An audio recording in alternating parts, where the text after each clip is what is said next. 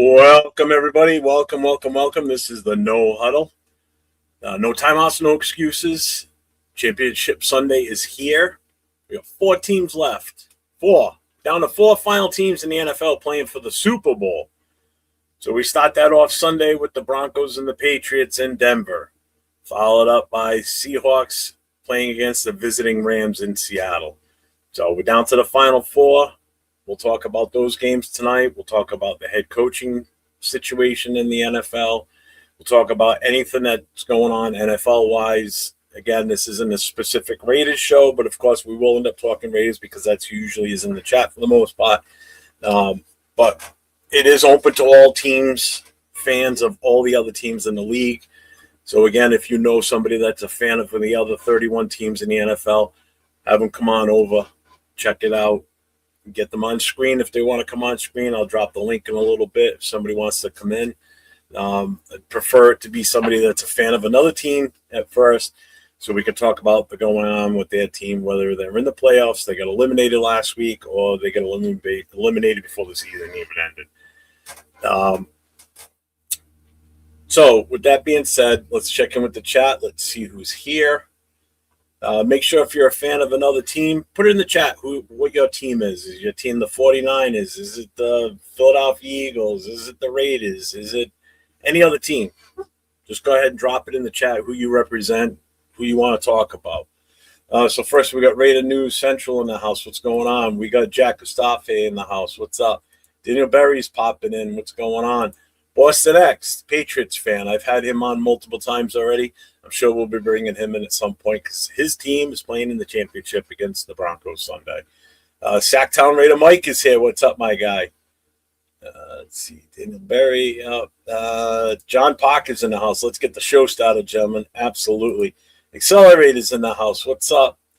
I told you I'd be back. Yeah. I know. So, there's a lot going on in the NFL. Even if your team's not in the playoffs, there's a lot of teams that are looking for head coaches. You know, we had 10 head coaching vacancies this season. They're all filled except for we're down to the final 5. And that's, let's see, we got Baltimore. No, Baltimore's just sealed up. Never mind, take that back. So Buffalo's still available. Cleveland's available. Arizona's available. Raiders are available. And who's the 5th one? I know there's 5. No, Accelerator, you cannot. I think we're waiting for the Seahawks. Yeah. I'm definitely. I'm saying it right now, but we will get into that later on too. But I think the Seahawks take it this year. Yeah, I think they take the championship and the NFC championship, and they take the Super Bowl. I just can't see any of these 3 teams left in the league stopping them. Sorry, Boston X, but I don't see it happening. Who's the 5th team? Hang on. Thought I had them all listed. I guess I was off on 1 or 2 of them. I do know, which I find absolutely ridiculous, that Philip Rivers actually got an interview for the Buffalo Bills head coaching job. I don't get that one at all. That is just weird. That's no different than Jeff Saturday. He was coaching high school and then went right to coaching the NFL with the Colts, but beat us. So go figure that one out. All right. It's Pittsburgh. That's who it was. All right. So it's Buffalo Bills, Pittsburgh, Cardinals, Raiders, Browns. Out of those 5, I still think right now we're not number 1 best overall option. I still think Buffalo would fall into that now that McDermott got fired over the weekend. Is the Steelers? I don't think so because I mean, granted, we don't have a quarterback, but they really don't either. I'd still that number 1 pick adds a different twist to the legitimacy of wanting to come here and coach the Raiders. So I still think that we're still the number 2 overall most attractive team to come and try and coach because you're going to have a lot on your side. Buffalo is definitely number 1. I mean, you got Josh Allen, you got Cook, you got 2 really, really, really good tight ends over there. You got a really good offensive line. Your defense isn't that bad. that Buffalo Bills job is right for the taking. So we'll see what happens there. You said we were going to get. You said we weren't beating Houston. Yeah, and you know what? And it wasn't their defense, although the defense seemed a little soft that day. I don't know what happened there.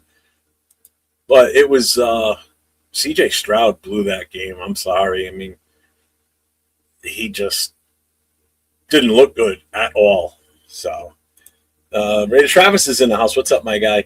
I said Rams are going to surprise everyone. I mean, I still wouldn't be surprised if the Rams do. I know a lot of Raider fans don't like the Rams because of the whole LA thing, but I know certain guys, I think Sacktown Mike is one of them, that don't want to see Davante Adams sniff a Super Bowl, which I get. You know, with him, with the bad blood that we have with him as Raiders, as the Raiders, I get that. I totally understand that. I just can't see them getting by Seattle. If they were playing in LA, I think it's a little bit more even playing field. But playing in Seattle, man, that is a tough, tough, tough stadium to play in, without a doubt. What's up, Raider Paul? What's up, AO? What's going on? Raider Paul's here. Yeah, no, I'm still not in on Mendoza, so we're not even going to talk about that tonight. I'm not doing it. Not doing it. I've been in a rough mood this week. I know I've mentioned it yesterday. I don't know if anybody that's here saw it yesterday, but Wednesday night I did the Raider Connection show, and I kind of went off a little bit on it, and a little bit on Thursday night too. Not with me, but like just in general on the show. Wednesday was a really tough day for me. For those of you that do know, you know why. For those of you that don't, I'm going to explain. On Wednesday afternoon at about 5 o'clock my time, 5:55 to be exact, we wrote the time down. We had to put our dog, Bo, down. He's 14 years old. He lived an awesome life. He was such a good boy. And like people that have pets, they're part of the family. 14 years for a lab is a long, long time. So Wednesday night was really, really a tough night for me, and it has been the last couple of days. So we were all there. The family was all there together. It was really my daughter and my son-in-law's dog. It's the first pet they had together before they got married. But I went with them when we picked them up, and on the way home that day, one of my funniest memories with him is he wasn't even with us for 2 hours, and we're driving home with him in a little shit all over the back of my Expedition. So luckily leather seats, but he just shit everywhere. He was so nervous in the car, but he was just so much fun. He loved his footballs. Man, did he love footballs. He used to just go crazy for the footballs. But yeah, so it was a tough night Wednesday night. So I'm a little bit better today. I'm still feeling the effects of it because for the longest time, because his hips was so bad and his legs technically weren't really neurologically connected, so his legs weren't moving right, and he had other issues going on that it just wasn't survivable long term. Every time I walk out of my office here, where we had him when we put him down is literally straight outside my office on the floor, off into the corner kind of. But as soon as I step out, that's the first spot I see every time I step out now. So that's all I see every time is that's where he used to lay down and sleep when he was down here with us. So, but I appreciate everybody with the kind thoughts and everything in the chat. I appreciate that. But I'm good. I'm good now. Still have my little Gracie girl, though, our little lab, and my daughter has her other lab too. So that kind of helps take some of the pain away from it. But so let's get back to football. I just wanted to relay out to everybody as to why I've been kind of grumpus the last 3 days, but I'm better tonight. So, so where did I leave off here in the chat? Let's see. I don't give a shit about any of these other 4 teams. I'm tired of hearing about Matt. I'm tired about the damn song, and I heard that song growing up because I'm born in 1970. So I've heard that song for years prior to this, and now all of a sudden it's coming back up again. I just want my numbers to hit. Then don't root for the Raiders next year. Mendoza is the future. Yeah, but how come you didn't root for the Raiders this year? You wouldn't even go to games this year. I didn't see you going to any games. You had a chance to go to a game. You had tickets and you blew it off. So I still went to 2 games last year. I don't care. And I'm still going to go to multiple games next year. And I'm going to be at the draft. So thanks, buddy. What's up, John Raider? Last time Seahawks played Rams in Seattle, they went to overtime, 37-38. They lost without Adams. Now they got a healthy squad. Sam Darnold had 4 interceptions against these Rams. That's his kryptonite. Well, we'll see. Thank you. Let's see. He the chosen one. Keep hearing it. Don't sit there and say he's the chosen one. Thank you, Jack. Too bad the Pats are embarking on another dynasty. I thought we were going to get more time with them being a crappy team, but obviously that's not the situation. They've come back. They've come back pretty quick, fortunately. But what's up, Dom? Let's go Raiderettes. Yeah. Jim Everett. Chris Everett. Seahawks are doomed. Rams Nation #1. You know what? I'm glad there's other people in the chat that are promoting their team. So I know there's a bunch of Raider fans in here. Just do me a favor. Be respectful to the fans in here that are of other teams. Don't start giving them shit. I'm trying to build a base of getting fans of other teams in here, and I can't have you guys scaring them off saying, fuck this team, fuck that team. You guys can disagree in the chat, but try and keep it civil. And as long as nobody's being a complete jerk in the chat or spamming stuff, I'm fine with other fans of other teams in the NFL being in the chat. That's what this is all about. Again, this isn't necessarily a Raiders show. This is an NFL type show, where we talk about all the teams, which in a way still affects us, because if a fan comes in and talks about their team, especially if it's a team we have to play against, we might learn something about that other team that we didn't know about before that may be interesting for us to talk about in other Raider shows, because it's news we heard from a fan of that opposing team. So you got to just kind of be open-minded to this in a way. So just out of respect to everybody, everybody be cool. That's all I ask, man. Let's see. Is the draft on? Yeah, it's in Pittsburgh this year. So what's up, linebacker? What's going on, my guy? There's a game tomorrow. No, both games are Sunday. I know next weekend, I forgot what day it is, but it's the senior game, the Senior Bowl. We looked it up yesterday when I was on the show with Leo and Will. I forget the name of it though. They've been bad for 5 years. I heard Dynasty. Yeah, someone else said Dynasty, not me. Even if Seahawks lose Kubiak is gone, he will be a Raider head coach Monday. That's the only good thing about the Seahawks losing. Would be that, it's the sooner that we can get him here with the Raiders. What's up, Jay? What's going on, man? Jim Everett took so much shit for doing something that literally every quarterback in the league does nowadays. I'm going to give everyone shit. Better not. What's up, PNW Mark, man? Luckily, the Raider Jeff crowd is pretty respectful. Yeah, they are. They are. Let's see. Had to scold my barista today. She put out my cup. Come to the 49er Nation. Okay, now that's funny. Led the NFL in TD passes in the 88-89 Rams Nation #1. Let's see. Thank you, John. Hate the team, not the fan. Exactly. There you go. Brandon Travis couldn't have put it any better. Dislike the team, but at least respect the fans.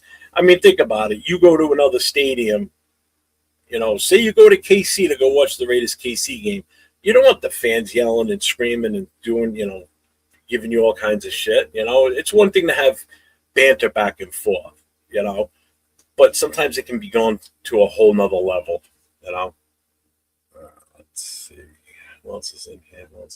Jack, January 31st, the Senior Bowl. Okay, that's what it was. Is it still the Reese's Senior Bowl? Because I thought that's what Will said when you looked it up. It's not listed as the Senior Bowl anymore. It's a different name now, which is weird. So I'm surprised on that. Cool. I'm going to use my vast corporate connections to get backstage passes to the draft. Let's see. It's with my guy. No, thank you on the Kubiak. You can keep him. Yeah, you're not a big fan of the Kubiak, huh? I know you were talking about that last night a lot. Let's see. Fanbo Podcast, what's up, my guy? One of my members. I appreciate you for being here tonight. If the Raiders trade the number one pick for more draft picks, I want the Raiders to draft Trinidad from Ole Miss quarterback. There's still a chance that he could go back to college for one more. Yeah, I know he's appealing it. It sounds like it may actually gonna go through. I mean, it still remains to be seen, but I don't know. They don't have much time. That's the thing, because if he doesn't get approved for it, then he has to declare at some point, because what else is he going to do? Just sit around for a year? But I'm not going to lie. I kind of like him too. I would, if we could trade out of the number one for the Jets 2 and 16, and then maybe possibly their second round or 2, I wouldn't mind taking a flyer on him second or third round if he's there still in the third round. Less pressure on him, less pressure on the team to have to worry about him producing right away. Whereas you take Mendoza number one, all the pressure's on everybody involved. It's on the coaches, the players, the player. There's just so much pressure that he has to produce as a number one overall, when we all know darn well he's not the true number one overall in this draft. Is he a top 10? Yeah, probably. But is he number one overall talent based on what's coming out in this draft? No, I don't think so. Not at all. Let's see. Jim Rome called him Chris Everett and got flipped in the street. He got smacked him. Yeah, that's why when he first came in the chat, I said, "Oh, you mean Chris Everett?" That was a funny skit, man. That's what put Jim Rome on the map, man, for sure. Because other than that, I mean, before that, you didn't really know who he was. But the Chargers don't have fans. And that's true, Ayo. They don't. Jim Rome is a bum. Yeah, I mean, that was kind of a bitchy move for him to do that to him, calling him that. When he kept telling him repeatedly, don't call me that. Let's see, Jim Everett or Roman Gabriel or Tony Banks or Jackie Harris or Kurt Warner or maybe Matthew Stafford. Who was the greatest Rams QB? Was Kurt Warner there long enough to really... I mean, I know he took him to the Super Bowl, the greatest show on turf. But he didn't do it in L.A.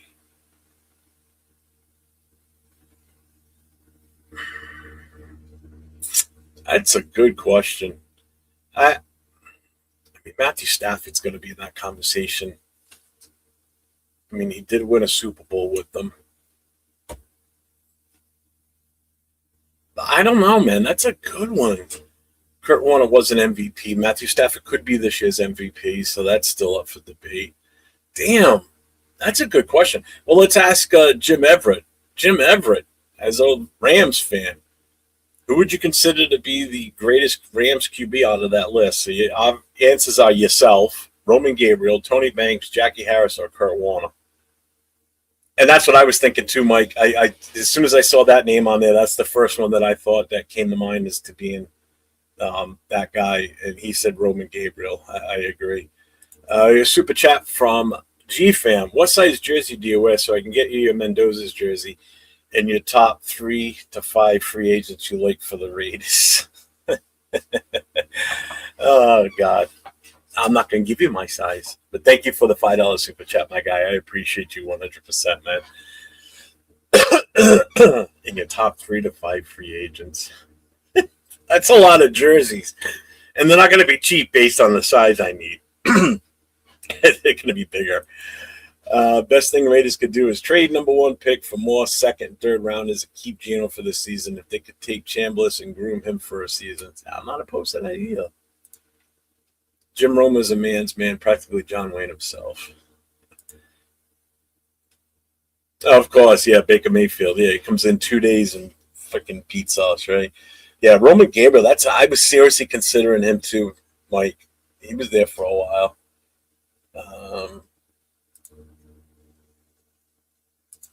get him a white jersey too, Jim. No, I don't wear white. Hell no. That thing will have ketchup and mustard and all kinds of stains all over it. That's why you never see me wear white. Absolutely not. What's up, J-Dog?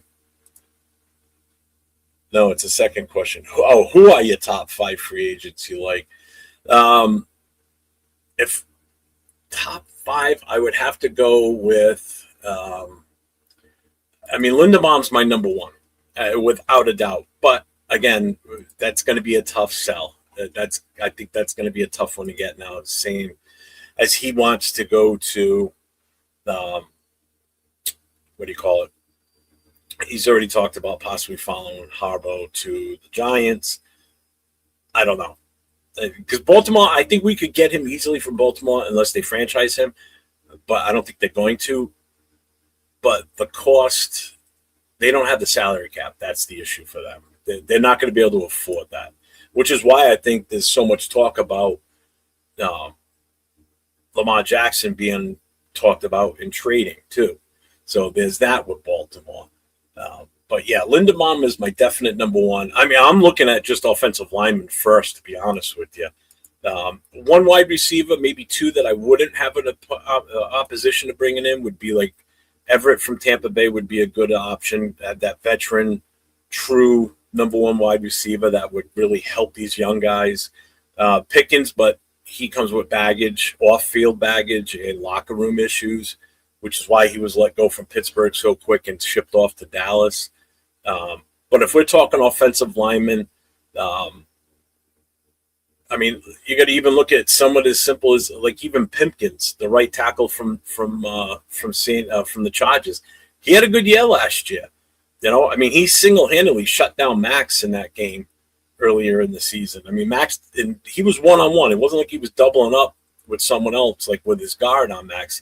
I watched that game specifically, and Pimpkins did a number on holding Max back. I think he could possibly be another good fit. Evan Neal from the Giants is another good possibility. But again, some of these guys may not want to leave the Giants now that they've got who they have for head coach and what that team is built for. The Giants are going to be kind of a dark horse in that NFC East, I think, next year. Who else? There was another name I was thinking too. Where is he? It'd be another guard. I'm looking through the list again. Where the hell is it?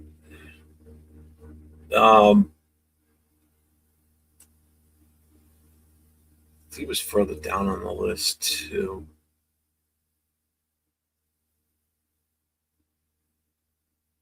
Oh, Dylan Parham, we can re-sign him too, right?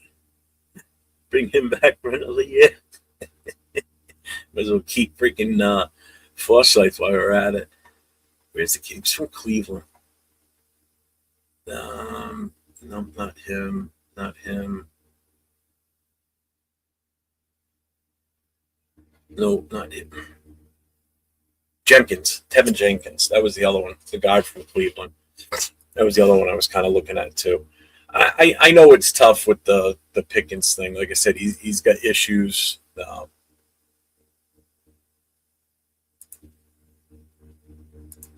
It's hard to rock the white jersey without getting. Oh yeah, man. Because you think about it, when you're a bigger dude, your stomach sticks out a little bit, and unless you're really up on top of the table, you're gonna wear something. That's a given. There's no way around it. His report on Linderbaum is that he wants to be with Jim Harbaugh because he respects him and loves him as a coach. Yeah, see, and that again, we're going to try and bring him to our team, who right now we're not proven winners. Obviously, Jim Harbaugh's a proven winner, all right, and he's going to a team that's got so much young talent and so moldable as players.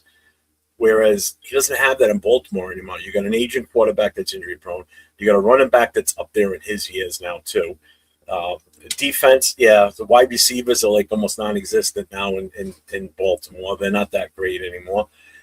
His bright spot is he's got Isaiah Likely, who's a really good tight end, and he's got Mark Andrews. Now you go to the Giants. He's got what will be at the time he starts actually getting out on the field. He's going to have a second-year quarterback who had a decent year his rookie year, even though he got injured. He's got a second-year running back in Scatterbo who was doing good until he got hurt.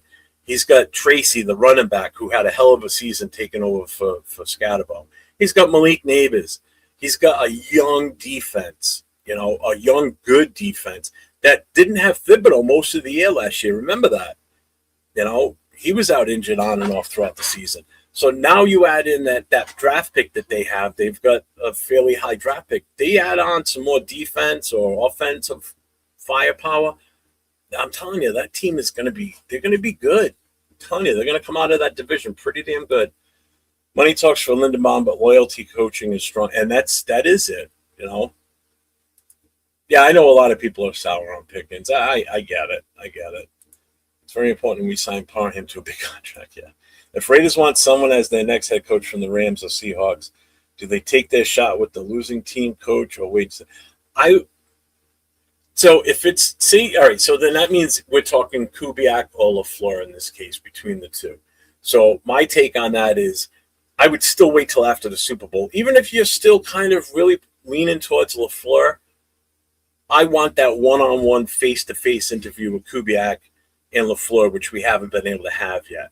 So once the Super Bowl is over and both coaches are free, now we could lose one of them. Whoever loses could get hired in that time frame, which is very possible. But that's a chance you got to take. But taking that chance, I think it still works out in your favor anyway, because if those are your top two guys that you're looking at, you're going to get one of them at least.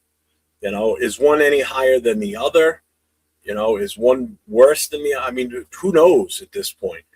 So you're still going to get a shot at either one of those two. So, and on the good side of it, if they're both still available after the Super Bowl's over, now you can bring both of them in. Physically get them in the building, sit down, talk to them, look at them, get a better feel. Because eye contact and body body language, everything, that all says a lot, too, when you're interviewing somebody. So you want to see what type of nervousness they are, if they're able to handle asking, answering these questions. I think it's so much better if you get them in person and interview them. So that's how I would handle that situation. Yeah, it's a gamble. It really is. But, I mean, if you ultimately think Kubiak's the overall number one and the Rams win this weekend and Seattle's out, then, I mean, obviously we're going to hire him some point next week. My opinion is to wait till after Super Bowl. Yeah, see, it's the same thing. In order to not risk losing the Super Bowl winning teams, coaches the Raiders want to another team and not have good other options. Yeah, that's why I would just wait at this point. Because there's still a lot of candidates out there. You already know Kubiak doesn't want to go anywhere else based on his list that he had of who he'd like to coach. We're the only one left on that list. So even if he loses, you know he's still going to be in the running. I mean, Ben Johnson lost in playoffs and Bears still hired him. Yeah. He didn't want to come here, though, too. Remember that. He had no desire to come here. All right, so I'm gonna put the link in the chat. So let me just copy this, put this in here. So when I post this link, it's going to be first come, first serve. But if it is a fan that comes in that's not a Raiders fan, I'm bringing them up on screen first. So just letting you guys know that. So if you end up joining in the same time as a fan of another team other than the Raiders, I am going to bring them up on screen first and let them get their chance to talk their team. All right. It's only going to be one-on-one unless a Broncos fan comes in the chat like Randy N and say Boston X comes up, then I'll bring them both up because they're playing each other this week. Because that's ultimately what I really was hoping for, was to get a Seahawks fan and a Ram fan and a Patriot fan and a Broncos fan so they can debate back and forth on to what they think each team's going to do. So I'm posting the link. So there it is.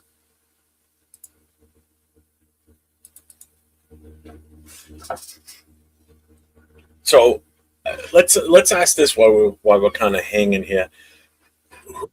Who do you think out of these two? Oh, we already got a winner. Boston X is here. I knew he was going to come in right away. So we'll hold off on that. We'll bring him in first. Yeah, good try, Hobo. You're late. What's up, my guy? I can't believe I'm actually here. I can't believe it's a championship. Nah, I can't either. I told you I thought we were going to struggle with Houston, but I didn't expect our defense to play at lights out. Yeah, that game totally shocked me. I wasn't expecting that at all. Shocked me. I got too drunk. I had enough food to keep me a little bit not throwing up. So when I came home, I just went and slept. But it was a good game. And then It it's was supposed to. it was definitely better than I thought it was going to be. I honestly thought Houston defense was going to just kind of lay the smack on you guys, but proved me wrong. Yeah, well, if we beat the Broncos, that means we'll be the first team to beat three top five defenses in a row in a playoff run. Well, I'll tell you my honest opinion right now about the two teams. Um, Denver's offense doesn't scare me, not one bit, It's the not one defense. bit. And I think your defense can handle them with no problem. The defense scares me. And that's what I I'm don't was know going to if say. Jared Their Stidham's gonna defense is their decide. team.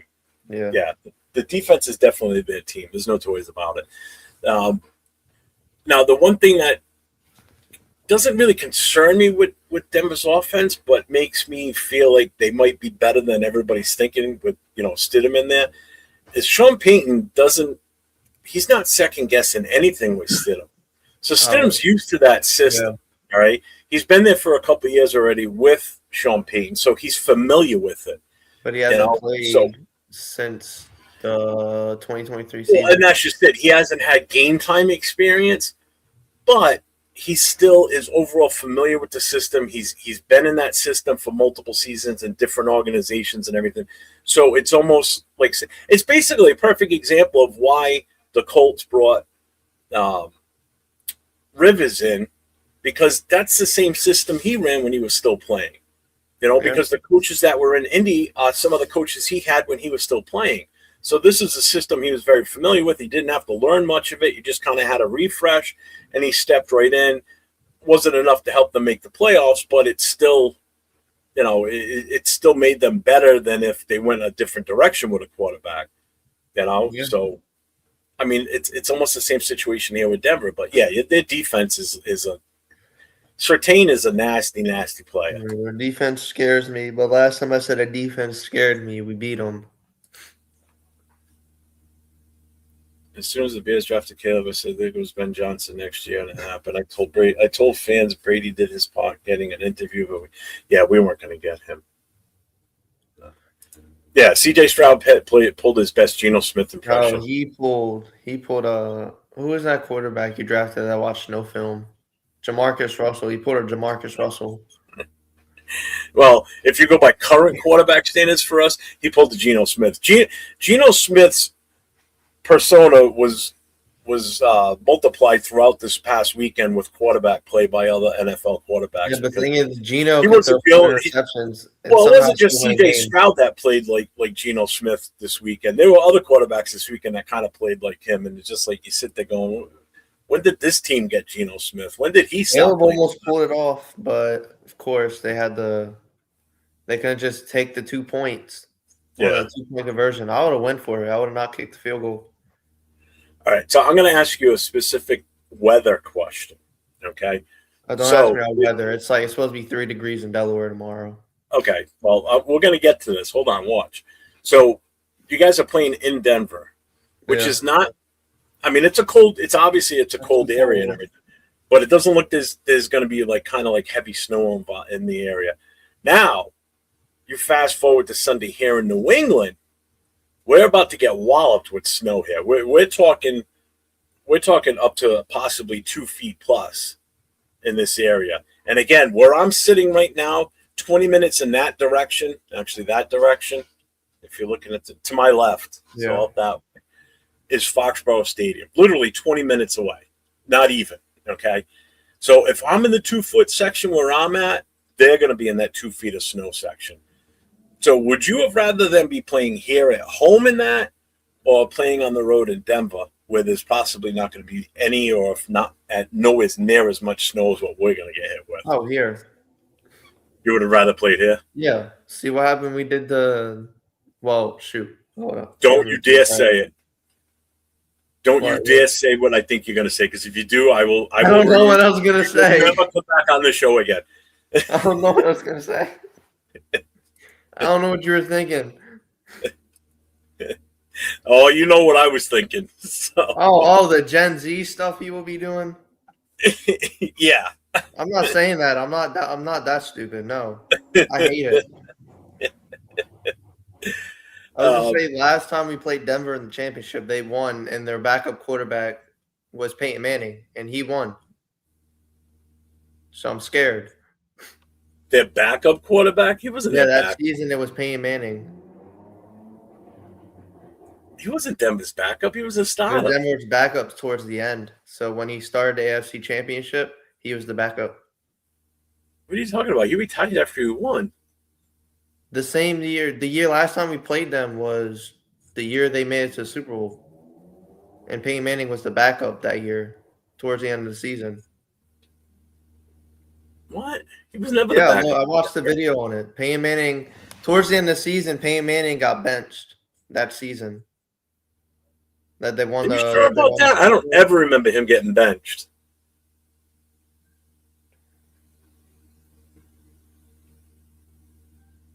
If he got benched, it might have been for injury purposes, but there's no way he was ever.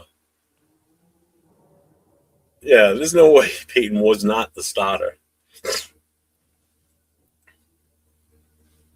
Because he won the Super Bowl and he retired right after that. Because that was it. That was his. I think that was his. Wasn't that his last game?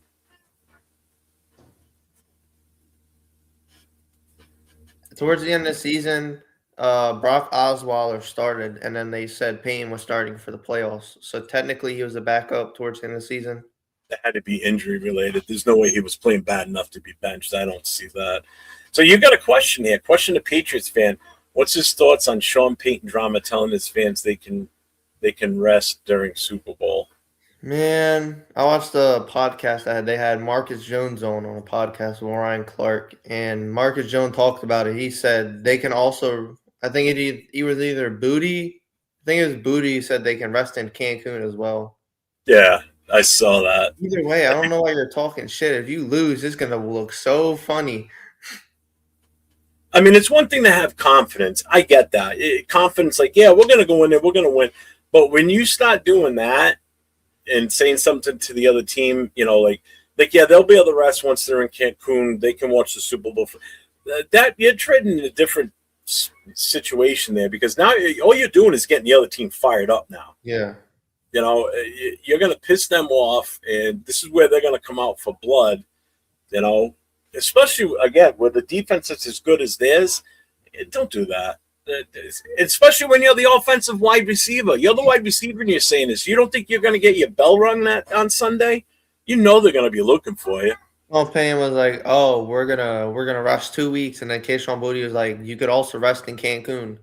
What's up, Mr. Beaks a lot? Either way, why are you saying you're so confident? But Sean Payton, you haven't been that good of a coach in years. It's his first year in forever. How much being a good coach? Well, they were decent last year too. They were better this year. They improved this year. You know, again, this was his second year with Bo Nix. You know, the defense got better, obviously. You know, they had a running game now with RJ Harvey in there and everything. So, I mean, as much as I don't like the Broncos, I mean, the fact that I hate both teams is beyond me. You know, that I have to deal with this on Sunday as to, you know, who do I really want to see go forward? Okay. No. The Broncos are a better team this year than they were last year. The defense is better this year than they were last year. And they were good last year. Offense got better, you know, but now that Bo Nix is out, that changes things. You know, it definitely changes things. This does. Yeah, that was CG fam said it. It was definitely due to injury. It wasn't that he was playing as the backup. They were just trying to keep him. Technically, if you want to go technicality, he was the backup, but realistically, he wasn't. But for the purpose, last time we played a backup in the playoffs, there was the Broncos, we lost. But it's dirt. And the fact that he was with the Patriots at one point too. Yeah, that makes it even worse. Well, it's not like he's going to be revealing these great secrets on the Patriots either. You know, So let me ask you this: what's your score prediction? Obviously, you're going to think that you're going to pick the Patriots to win, right? So Yeah, that's obviously. brainer. But what do you think we're looking at for a score? You think it's going to be a low-scoring game, or do you think both teams are going to put some serious points on the board? Honestly, I could see it being like a one-score game. I think Patriots. I'm trying to think. I say 23-19. I don't know how you get to 19, but A lot of field goals. yeah. See, John, this is that game's going to be a defensive battle. Mike Vrabel motivates his guys. I see a 21-21 kind of game fight. Fight will break out in the field. Yeah, I mean, I wouldn't be surprised at that one too, especially with the words going back and forth between the two. So that in itself is going to instill some bad blood in there. That's a given. Yeah, we're not gonna fight. We're not fighting, okay? Unless somebody puts hands on Mike Vrabel, then we have to fight. I think Vrabel can take care of himself. He's a big Vrabel boy. gonna start swinging the way he was as a Well, you player. saw a couple weeks ago, he hugged a guy face to helmet, and split his lip open. Yeah, that was last week. Linebacker you, Bubby Brister from the Steelers. Fuck you, Curtis. Would you all take Henry Ruggs the third back as a fan when he could? Dude, you're a Dolphins fan, Curtis, so I don't want to hear it. Y'all fucking suck. He's one of my buddies. I've known him, and I used to play semi-pro football together. We used to call him Psycho. He used to face paint his face like like Lattimore from the program, the movie. So he would do like the skull face with the whole skeleton and everything. Yeah. But yeah, he's a crazy son of a bitch. So I've known him for 20 something years, if not more. But he's always been a Dolphins fan, so I'll give him that. He's like me. I'm a diehard Raiders fan. He's a diehard Dolphins fan. So I think Stidham's turnover, if he has any, will be deciding factor, and that's very possible. Linebacker use says 27-10 Pats. What's up, Eric? Eric says 31-13 Patriots. Okay, what? G-Fam says 23-9 Pats. I wouldn't be surprised if it's a tight game, and I also wouldn't be surprised if it's also got some serious point spread to it, because the Patriots have always been good at this. They've always been good at taking advantage of the other team's mistakes. Okay, whether it be a fumble, interception, they don't just get the turnover and go 3-and-out type of team.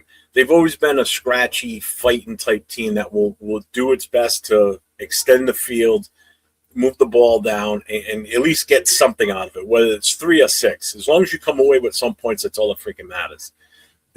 So this game could easily turn into a game like a 23-9. I think that is possible, because I don't know if Denver's offense is going to be able to keep up with what the Patriots can possibly do. As good as Denver's defense is, and trust me, this pains me to say this, but I honestly think the Patriots are going to win this. I don't like it. Don't like it at all, because I think the other thing is if the Patriots win this, they get a good shot of winning the whole thing, because I think they're the only one of these two teams left that can match up well to Seattle or to the Rams. I honest to God feel that way. Oh my God, Jeff actually believes in us. I don't believe in you. I don't believe in you, because I still want you guys to vanish on the flight over to Denver somehow. Man, you already know this. Take a U-turn and fly over the Bermuda Triangle and just disappear. That's fine with me. Or a sinkhole opens up, swallows both teams, and now all of a sudden the Bills and the Texans have to play for who's going to play in the Super Bowl instead. So, but I hate having to pick between these two teams. I still would rather see the Broncos win. I know people are going to give me shit about it, but you don't live in New England, first of all. So living in New England and being around these Pats fans the last couple of weeks with the playoffs, it's painful, and will be even worse if they win another Super Bowl. I just want them to get eliminated from. That's why I said they need to be knocked out first round. People didn't want to listen to me. I just want them to be eliminated so I can watch all the Pats fans hang their Pats jerseys and paraphernalia up for the rest of the season. Bring out, like you have on your head right now, bring out your Boston Red Sox stuff because pitches and catches report in another month. And we forget about who the Patriots are until August rolls around. Because by then, the Red Sox are out of the playoffs. Just because we're the better team. All right, so here it is. Sacktown looked it up. He says Peyton Manning was a backup for one game following a foot injury week 17 of the 2015 season. He was still a backup. Yeah, to Brock. Places at the table. Yep. Might be a defensive game. Yep. Patriots going to win the Super Bowl. Oh, come on, hits, boy. I hope so. Jeff will be a killing. Oh, yeah, dude. Wouldn't you like to see them both just disappear like nobody knows? It's this great unknown what happened to them. I was kind of hoping Randy N was going to be in it today because I wanted to get him on here with you, with him being a Broncos fan, and you two talk about it. No, Broncos. But he hasn't shown. He was in the chat last night. So looking forward beyond the season. So what is it you think this team needs to keep them at this level going into next year? Like, what do you think? What's the one major addition that would help this team even achieve even more for the Patriots? More O-line, honestly. The way Drake May's making his sacks, we need more offensive linemen. Are you happy with the two rookies, your left tackle and left guard? Oh, yeah. I'm obviously happy. I mean, Campbell's good. He's better than I thought he was going to be honest with you. He's going to die for this team. That's when I knew he was going to be something. Yeah, that helps big time. But I also see that, I was wrong on my evaluation of him. Like, I didn't think he was going to be as good at left tackle because, I mean, the big talk on him was his arms. He has shorter arms than most left tackles. Always talk about the arms. Like, some players who have short arms become good players. And well, I mean, a lot of it, the main reason is because it's leverage. Because if you have a longer wingspan, especially at left tackle or right tackle, that gives you obviously more reach because sometimes these defensive ends split out so far that you have to be able to overcome that distance. And if you have to with your arm, where you could just take one sidestep and you get that arm out, you got a piece of them. That's all you need to do at the time is just get a piece of a rusher and just pop them good in the shoulder. You'll throw them off their path. You'll force them to have to either spin or make a different move. Quarterback, if he's a smart one and has good pocket presence, will see that and can adjust. And that's why they were saying it was an issue with him with the shorter arms. But he's obviously overcome that because he's been a hell of a good left tackle for years. I know he was injured during the season, but you got him back at the right time. He got injured for 4 games, but we got him towards the end of the season. Yeah. I mean, the fact that your offense did what they did this year with 2 rookie offensive linemen, and not just 2 rookie offensive linemen, but playing side by side on the left side, a left tackle and a left guard. You don't see that often in the NFL. Not at all. Especially on the left side. That's a rarity on the left side. On the right side, yeah, maybe.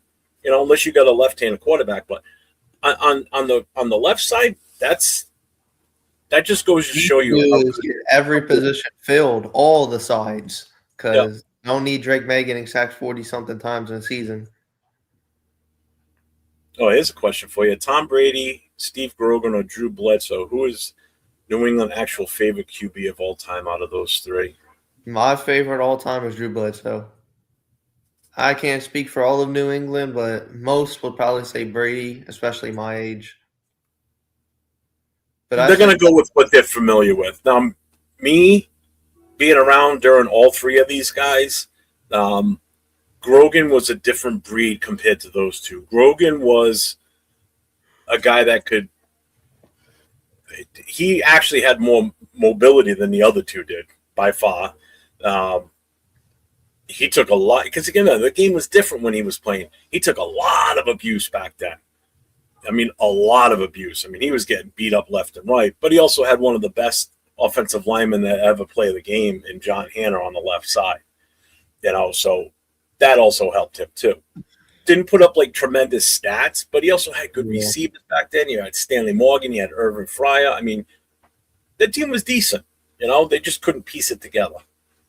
I just like Bledsoe more, mostly because that's who I always go back and watch film of is Bledsoe. I mean, I for mean, it's Craig, unfortunate what happened to him because if he didn't get hurt in that game and just basically destroy his sternum and everything, you would Brady who? And that's pretty much Bledsoe probably would have got released next season anyway. We were coming to the end of his contract. maybe, maybe not. But you can also blame Drew Bledsoe for Tom Brady because in their playoff run, because he was listening in on the play calls and he was standing next to Brady, and before Brady went on because Drew Bledsoe said this, and Tom Brady said it too in interviews before Brady ran out there. Drew looked at him and said, "Screw that play, go for the touchdown," and he did, and they ended up winning that game and just propelled them, and it just turned everything around from Brady from that point on.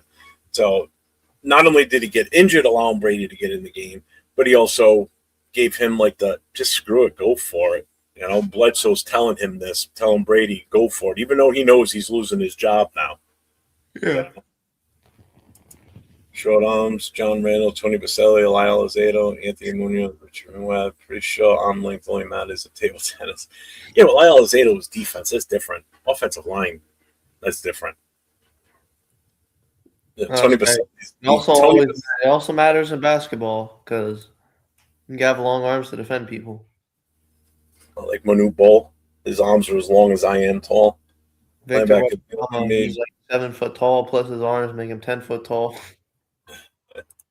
Most Patriots fans probably can't name a QB before Bledsoe and Brady because they sucked at. Yeah. I'm only 21. I grew up in a Brady era.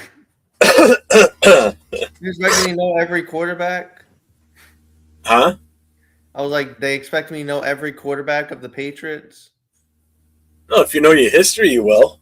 I mean, I can name most of our. I mean, if you want me to name obscure quarterbacks for the Raiders, I'll probably be tight on some of them. But I mean, I probably know most of. I can name most of the Patriots quarterbacks through the years, for the most part.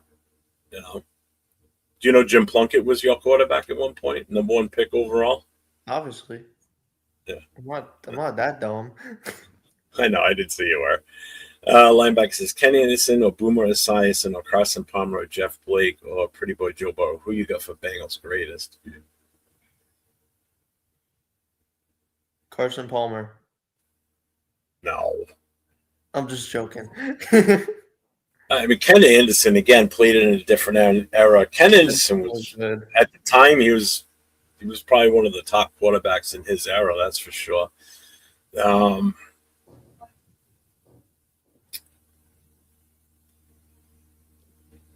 only problem with Ken Anderson and Boomer Esiason is they had to throw the ball to Chris Collinsworth. I wish they didn't throw to him. I hated that guy. Like a guy like Patrick Mahomes. Pissed that they get the Super Bowl. We're gonna listen to him for the Super Bowl. God damn it! You know, you're a guy like Drake May. I think it might be Ravens versus Patriots in the Super Bowl. What's up, Jackie Moon? I don't know. Let's wait and see. If it's Patriots, Rams, I swear to God, if it's 10-3 again, I'm going to sleep early. Yeah, see, I mean, and that's why people are like, well, why do I have to know about the history about the team? Blah, blah, blah. I know most. I know every quarterback. Like, I know Doug Flutie was on our team. Oh, I remember Doug Flutie. I remember watching that game live in Miami, the Miami and Boston College game. I watched that play live happen. That was awesome. I don't think they expected me to name Doug Flutie. The Cowboys, Roger Staubach, Troy Aikman, and Tony Romo. Oh, I got to go Staubach on that one. I'm just saying Romo because that's all I know when I was a kid because of my mom. The one thing I liked about Romo was a good quarterback. It's just, I don't know. He just couldn't put it together. He just couldn't win, period, half the time. True, yeah. But he was a good quarterback. All right. If anybody else wants to come in, I'm going to put the link up. You get Boston X out of here if someone else pops up. Oh, my gosh. Who you got in the Rams-Seattle game?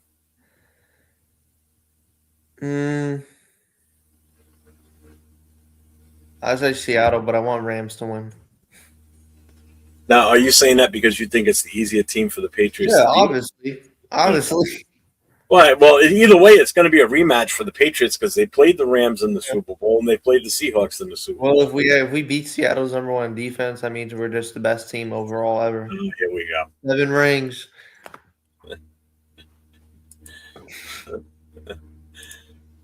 G-Fam says Aikman. Linebacker, you saying Rams. Aikman's also good, but I know Ramos much more as a kid. Because, like I said, my mom's a Cowboys fan, so kind of grew up around that. I just think now this is why I wish Buffalo would have won because Buffalo playing in New England in the snow would have been a great game. I'm sorry. And they probably would have lost. Just saying. Which is why it would have been a great game. I think we're supposed to begin. We're supposed to begin the 6 to 12 inches up here for snow. How much are you supposed to get? Like 12 inches. Jesus. Yeah, I'm not going outside though. I got the heat on. Yeah, I'm not going anywhere. I have plenty of firewood in the house. I have a coffee maker, so I don't need. But the good thing is, I won't lose power because I got solo with battery backup. So. Oh shit, we might lose power too. I won't even lose internet. If you don't hear from me for a while, it's because of the snow. Or the Patriots lost, and you're crying and you're I'm gonna living in come your on tears. next week, win or lose. Like I said, win or lose, I'm coming on the show. It depends on what mood I'm in. So John Parker says Broncos are going to pull it off. You really think the Rams win? Both games are Sunday, though. Just remember, G-Fam, the game's no tomorrow. I thought the game was Saturday until I looked at it. It was Monday. No, they're both on Sunday. True. We got to play at 3:00. Yep. New England at Denver at 3:00. New England is a 4.5 point favorite. The spread is 42.5. Yeah, well, what if I lose my power? I can't watch the game. Sucks to be you, huh? Let's see. Sunday, the 6:30 game is Rams at Seattle. Seattle is a 2.5 point favorite, and over and under is 46.5. So, Yeah. All right, I got someone else in the back that's going to come up, so I got to say goodbye to you, my sir. I'll see you all next week. I'm sure I'll hear from you next week. Win or lose, you better be here next week. Win or lose, I'll be back. You better be. Yeah, I might later, man. Be in shambles if we lose. Hey, stay safe in the snow this weekend. Oh yeah. Also, Captain Jack said hello to you. Okay. I was on the show earlier. Oh, you're on his show? Yeah, I was on a show and I said, she told me to tell you to say hello. Okay. I promise. All right, later, man. Bye, guys. See y'all. All right, Hobo's here, even though he's showing up as Hawkeye Jeff. What's up? I'm Hawkeye Jeff. How you guys doing? Yeah. What's up, man? You like my choice of style tonight? Yeah, what's up with the multiple hats? You finally found them all, so you're wearing them all at one time? Pretty much, man. I'm going hard for the Raiders tonight, man. But hey, I wanted to talk to you about another team too, man. I wanted to get your take on the whole Lions situation, man, because the Lions, after an underwhelming year, made the absolute worst possible decision they could have possibly made and hired Drew Petzing as their OC. So how do you see this playing out, man? The only thing I can think of is just say total disaster. I don't even know where he came from. Where did he come from? The Cardinals. And he was what, their OC? Yeah. He is terrible. Every based on how Arizona's been, I would have to say expect the same. But Detroit does have better talent than Arizona right now, I would have to say. But Jared Goff is still going to do Jared Goff things. That's the downside. I don't know. That was kind of a weird, with all the different options out there that they went that route. I don't know. Yeah, I have a feeling that the Dan Campbell magic is starting to slowly seep out of Detroit right now. And the fact he's that the one that you're going to think about it. He loses both his coordinators, offense and defense. Yeah. That's a huge thing to overcome. That's massive. and especially, granted, Glenn went to the Jets and they didn't have a good year, obviously. And then you watch the success that Chicago had, now you see why Detroit wasn't up to par like they have been in the past, So, the loss of Ben Johnson hurt. Yeah. They're bad, but it was Matt Campbell who hired Drew Petzing. I still think Matt Campbell is a good coach, but he shouldn't have anything to do with hiring process or anything like that. Because Drew Petzing is terrible, man. I mean, every DC figures him out within like a half of a quarter. And the Cardinals are stagnant for the rest of the game pretty much. It doesn't matter who the quarterback is in there, whether it was Kyler Murray, whether it was Brissett. It just doesn't matter because Brissett is not garbage. You know what I mean? Jacoby Brissett is a decent quarterback, but I just feel like the Lions might have a losing record this next season, maybe like a 6-11. So, from the real term one, breaking news: Raiders to join the ACC, predicted to finish 8th in the conference. News at 11. I'm going to bring Alpha Kasi on with us too because he's sitting back there. What's up, AI? You're back home finally. Look at you. You hate every minute of it, don't you? Live in 4K. How are you, bro? Yeah. Hey, what's up, man? Is my connection okay? Yeah. Hey, Alpha, did you hear the smack that Jeff has been talking about Samoans lately? It's crazy. You just messed with you. You're a little. What do you have to say about Samoans? What do you say about people, Jeff?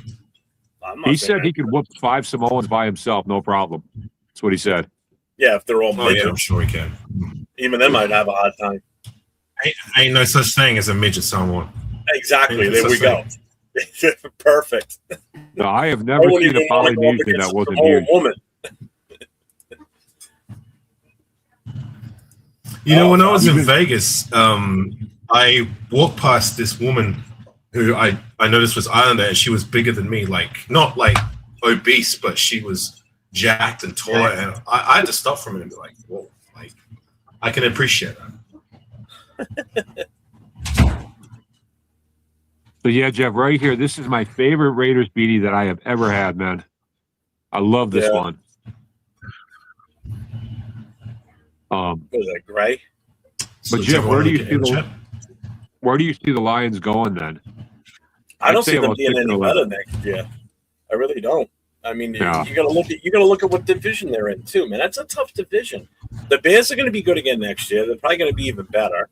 Packers are still the Packers. Minnesota, who knows with them, So, I mean, the Lions, the Lions finished 3rd in their division this year. They didn't even make the playoffs, So, I think, I'm telling you, I have a feeling that the Dan Campbell Magic has left Detroit. They're not the same team. Hey, Jeff, I'm going to dip out, man. It looks like my connection's pretty bad. Now you're starting to kind of skip around a little bit. Yeah. All right, brother. I'll talk to you. As far as the Raiders go, I hope Clint Kubiak gave them a guarantee because they just let a lot of coaches go to other teams without really having a guarantee from Clint Kubiak, as far as we know. So hopefully they have that because otherwise, we just lost out on Jesse Minter too. I'm kind of okay with the Minter one, to be honest with you. Well, who's left? I don't know how high up the Raider brass was on him, to be honest with you. I think they really got their hot set on Kubiak. Real term, dude, if you're a Falcons fan, you want to come on the show and talk your talk, for your team. The link's in the chat. Come on in, man. I'm more than happy to talk to you. Especially the fact that you guys just got a new coach, the whole 9 yards. So who's left? McDermott and McCarthy. That's about it, right? What do you mean? For coaches, besides Kubiak. McCarthy. Like Mike McCarthy? Still out there. Yeah, Mike McCarthy is out there, and the Steelers interviewed him. Yeah, I think that's where you're going to see him go.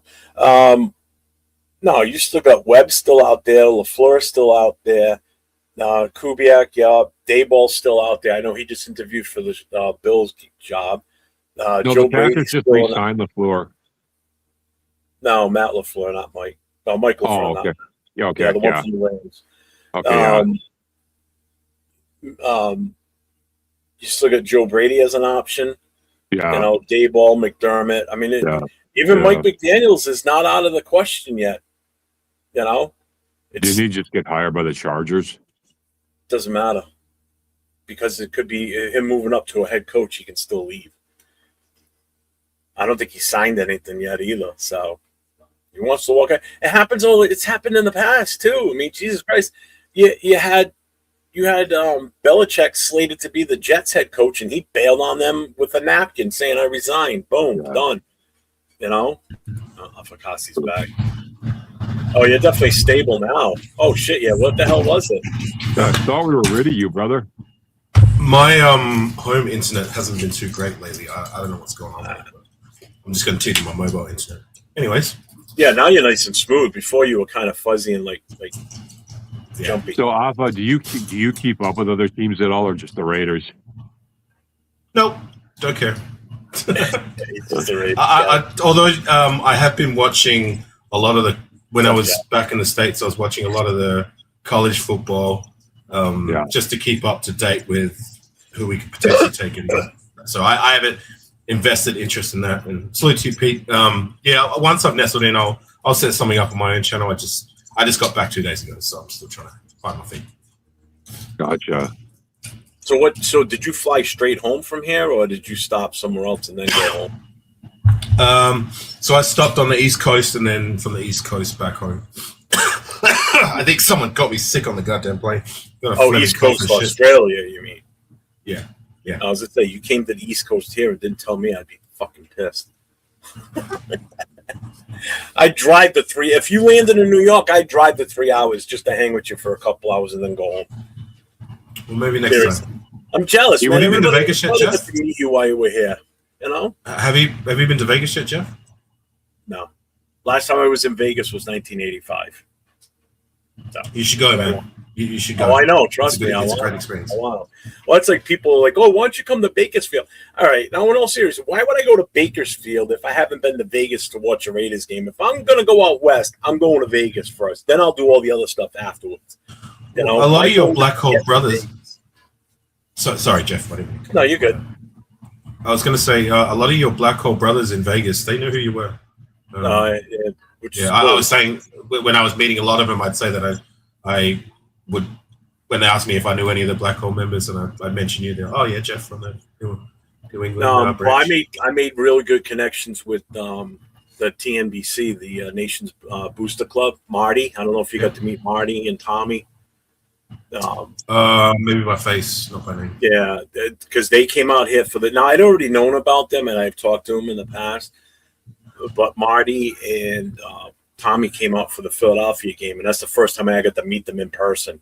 And they're awesome dudes, man. Awesome dudes. I mean, are you talking about TNBC or the Black Hole? Yeah, TNBC. Every time I turn around, Marty's he's taking pictures with him, and him and I had taken pictures together, and it was just that was a great weekend going to Philly. Even though we got our ass beat in the freezing cold, it was still worth every minute of that trip.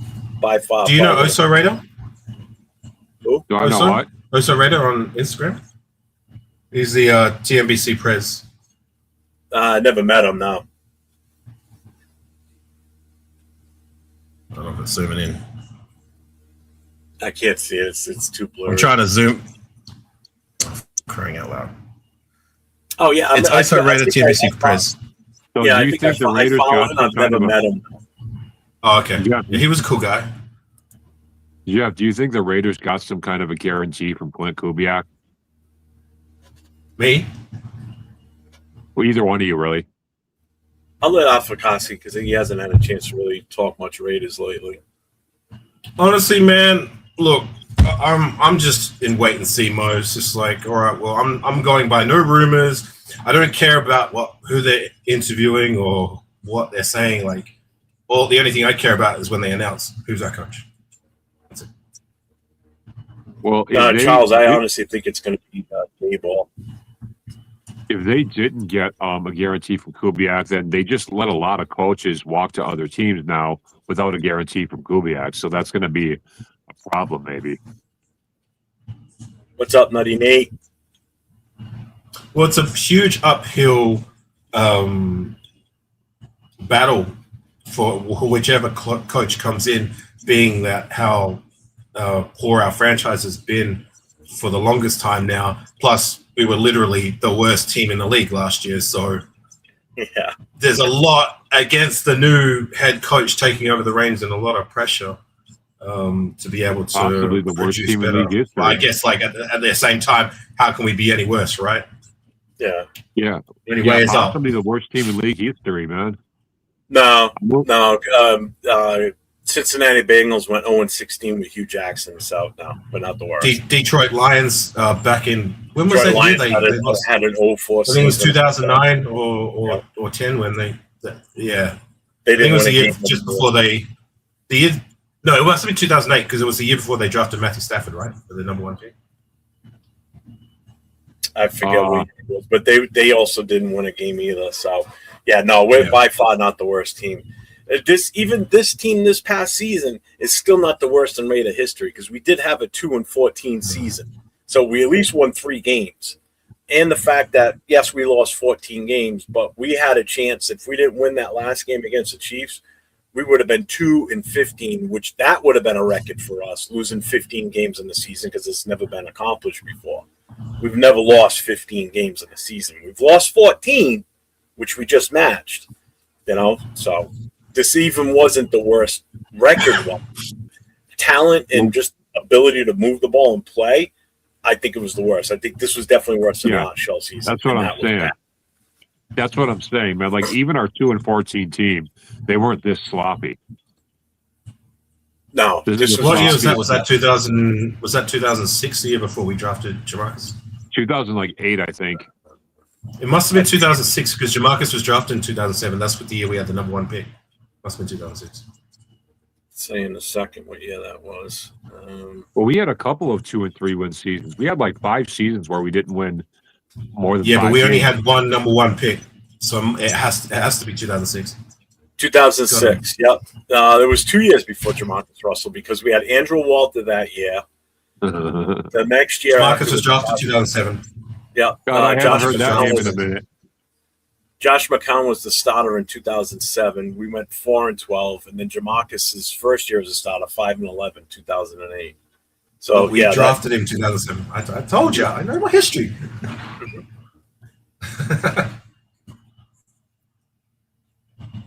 Yep, number 1 first overall in 2007. And Josh McCown's another one who was good everywhere else. I told you so, but I told you so. Do you know how many games he played in his rookie year? What's that? Well, you just said he didn't start until his second. He played 4 games. He started. I do remember like seeing highlights of one of his first drives, and there was a little bit of hope. Like he kind of rolled out to the right and he completed a first down, and then we were like, "Oh, okay, it might work out." But then, You know what? Just to put him in perspective, I'm going to read his stats, his career stats, because this is just pitiful. I don't know why we do this to ourselves, but so he played in 31 games, started 25. His overall record is 7-18. He had a total of 680 attempts, 354 completions. Okay. Oh my God. Just keep in mind, and that's a 3-year time frame. That's what some quarterbacks just did in this past year. The completions, not the attempts. Okay. His total yards was 4,083. He had 18 touchdowns and 23 interceptions. The only year that he had more touchdowns than interceptions was his second year. He had 13 TDs and 8 interceptions. Did he even run the ball? Let me see. No, it doesn't have his rushing stats. I guess at the end of the day, it's a case of what if he had it upstairs to match the God-given talents, which was the reason why he was drafted number 1, right? I mean, it wasn't through lack of talent. It wasn't through lack of college production. He just didn't have it. Okay. He had no work ethic, man. He didn't have this. He didn't have the smarts. That was the other thing. Right. This and this. Well, he had no work ethic, too. Right. He thought he was just going to come into the NFL and coast. And, yep. Right. I wouldn't be opposed to McDermott if he does come here. But I still would rather have Kubiak. I want an offensive-minded head coach. That's especially if we're going to go with a quarterback with number 1 overall, if we're going to stick with the pick, then I want somebody that's going to be able to hopefully grow with that quarterback and guide him. You know, when you see what he's done, or LaFleur's done in this league so far, that's what gives me confidence. I wouldn't get that with McDermott because McDermott's not an offensive-minded coach. That's the thing. You know, he's a different caliber coach. If you want regimented and adding some stability and structure, McDermott's your guy. That's how I think. I think McDermott is your guy. But if you want an offensive-minded young coach that's going to come in here and hopefully set everything straight going forward and grow this offense and just have to put a lot of trust in your defensive coordinator, then I think that's Kubiak and that's LaFleur. You know? For those like myself who have no idea because I don't really keep up to date with the other teams in there, even though I should because we're looking for a head coach, I get it. Where is McDermott and LaFleur? Like, what are they? Who are they with? What are they? McDermott was the head coach of Buffalo, so he's pretty much been there with Josh Allen. Oh, right. The head coach just got fired. Okay. Yeah. Right. And the other guy? LaFleur? Dayball? Or what other guy? LaFleur. You said LaFleur. LaFleur's offensive coordinator for the Rams, so he's part of that McVay tree. Okay. He's actually the brother to the Green Bay Packers head coach. That's his brother. You know, and then Kubiak is Kubiak. He's offensive coordinator in Seattle. His father used to play for the Broncos as a quarterback years ago. So, I mean, he's come from being around football his entire career, his entire life, basically. You know, so, I mean, he knows the sport. And you've seen what he's done with someone like Sam Donald. I mean, who expected him to have that type of year this year, you know? Right. Hey, guys, I got to get rolling, but thanks for having me on, Jeff. Hey, no problem, man. Take care, man. Nice meeting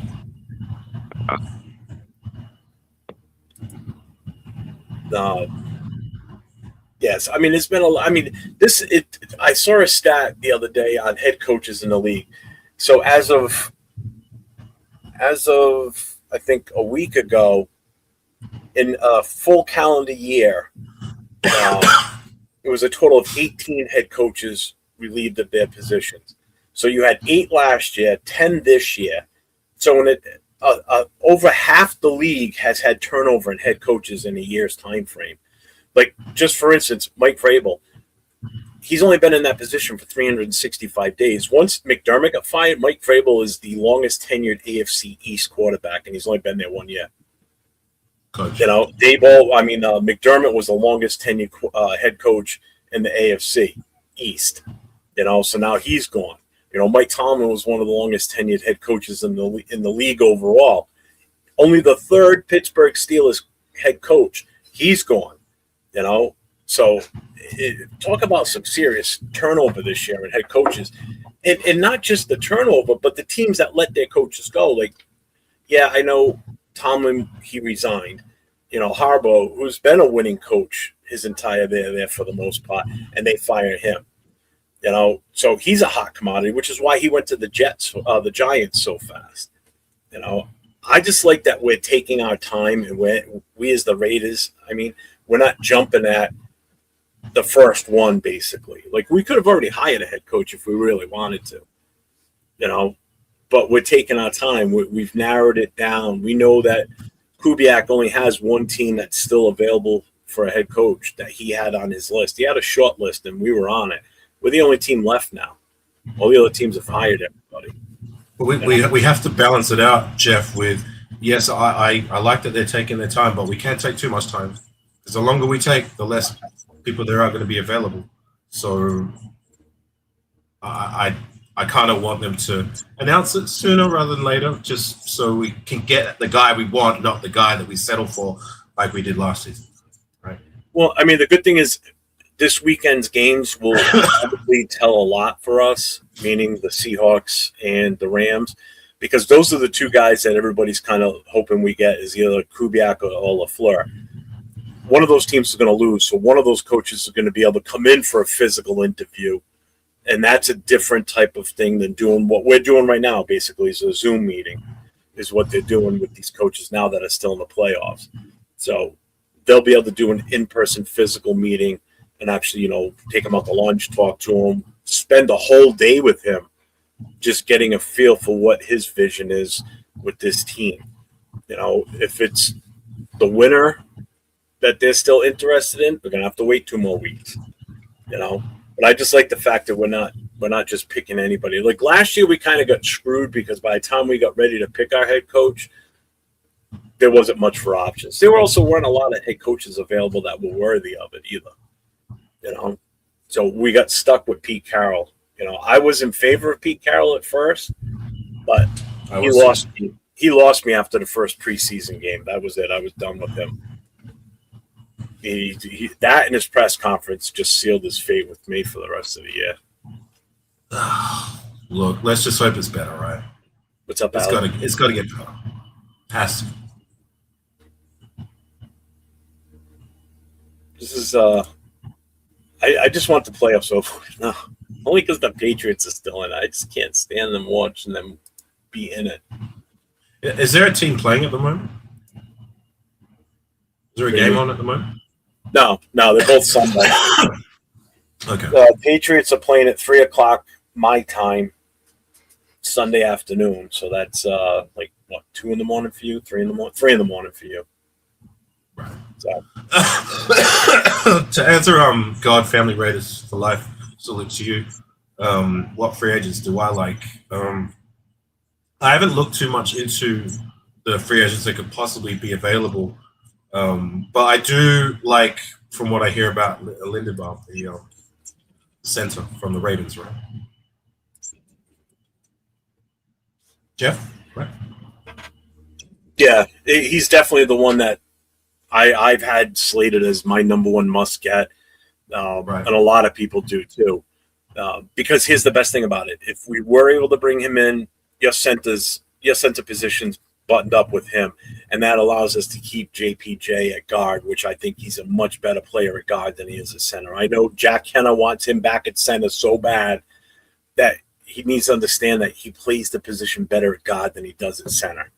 That's huge. Yeah, he did great last in 2024 playing that position when he was in there, but you see that when he played at guard, he can be utilized a lot better. He can get to that second level, meaning to the linebackers and to any of the backs that come in to, try and stuff the run. He can be more effective in that position. He's a little bit more of a freelance type player. Whereas center, you're kind of focused. You're there.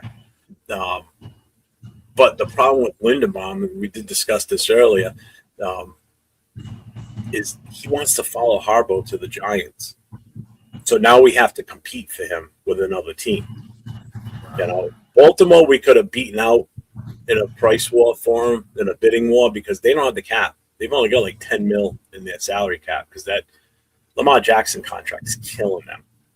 We're just going to have to throw the extra bag at all these guys because that's the only real incentive it is for them to come over to us, is that we're going to offer you more. And that's part of the reason. We have the money, so spend it, for Christ's sake. And that's part of the reason why last season, and it's frustrating. And that's part of the reason why I'm not in favor of the Lamar Jackson trade thing either. People are like, so let's just trade for Lamar Jackson. We're talking $60+ million a year just for him alone. And if we can't rework his contract, plus that means we're giving up draft capital for him, for a guy that's been injured on and off for his entire career pretty much. I don't want to do that. I would rather, if we're going to trade for a quarterback, then I'm on board with trading for a different style quarterback to come in, because Geno Smith's going to be gone. Let's face it. He's not sticking around. So our backups right now, or even once Geno's gone, our potential starter right now on this roster is AOC 12. Okay. He's the only quarterback we'll have on this roster. That's it. You got him and Pickett. We got no one else. Cam Miller's gone. Pickett will be gone. Geno will be gone. We literally have nobody. Nobody else on the practice squad. Remember our 2 drafted guys? They're already out of here. All gone. So literally, AOC will be on the final year of his rookie contract, and the only. And I don't want any of this. To be honest, do I care? No, I don't care to see any of these bums back again. No, don't give a shit. If you look at and that's the thing, though. If you look at the free agents for quarterback, the list is absolutely disgusting. we got better talent on our team now at quarterback than what's out there for free agency, because it's just crap. We're talking like bottom of the barrel stuff. So if we want to bring in a I'm quarterback, not like we've had this argument, so I'm not going to get into it again. You already know our stance. I know your stance, and that's kind of leads me to why I feel so strongly about the quarterback. I know you opposed to it. We're not going to get into it again because you've already done that. I just don't think. And my big thing is he's not number one pick talent, is what I'm saying. He's not worth that value at the number one overall pick. 3, 4, 5, and beyond, yes. 1 or 2, no. If you're looking for bang for your buck at number one, yeah, I know we need a quarterback and all that and everything. I get that part. But when you want the highest rate of return for that number one pick, it's not him. I'm sorry. And I'm not the only one that's saying this. So it seems like everybody comes after me all the time. But I'm not the only one saying this. Jeff. And who is it? Yeah. Who's what? The overall number you were saying one he's not worth that. He's not worthy of that number one. He's not value-wise worth taking there. So who is in your person? I think there's 3 guys higher than him right off the bat, and that's Caleb Downs, Bain, or Reese, the linebacker. There's 3 guys right there, boom, boom, boom, that I have. Because here's the thing with those guys. Those guys are plug and play. You draft them, they're starting guaranteed week 1 because they're that caliber talent. So if, let's say, we get a Bain and we still have Max on the team, that means you're going to have him on one side and Max on the other. That's already a huge upgrade in the defensive ends than what we have on this roster speaking right now. Because right now, you don't have a sure thing or not even a half of a sure thing playing opposite of Max. Kuntz was basically invisible. Snowden's the only one that really kind of started to show up throughout the season. So you get a talent like that with his tenacity and his age and his youth, that changes your defense too, you know? So, but a quarterback, if you hit on it, changes your franchise for at least a decade. Yeah, but there's other quarterbacks in this draft you can take a chance on later on in the draft that you don't. Because you got to remember, with that number one pick as a quarterback, the pressure's on. Because if that pick doesn't work out, guess what? First thing they're going to say, lose it, Jamarcus Russell 0.2 or 2.0. But what if it does work out, Jeff? And it's not. What if it does work out? Huh? What if it does work out? You're always looking at what if it doesn't work out. But what if it does? Nothing seems to be working out for the last decade and a bit, which is why we're at where we are. Surely we have to take a shot, and surely if it works out, then we're good for a decade. We will not be in this position where we have the number one draft pick for the longest time. I hope in my time as a Raider fan, I don't see us at number one again for a long time, at least another decade. I agree. Unless we trade into it somehow, I agree. I don't want the number one pick again. I don't like being in this position. I hate it. I don't either. Hate it. But here we are.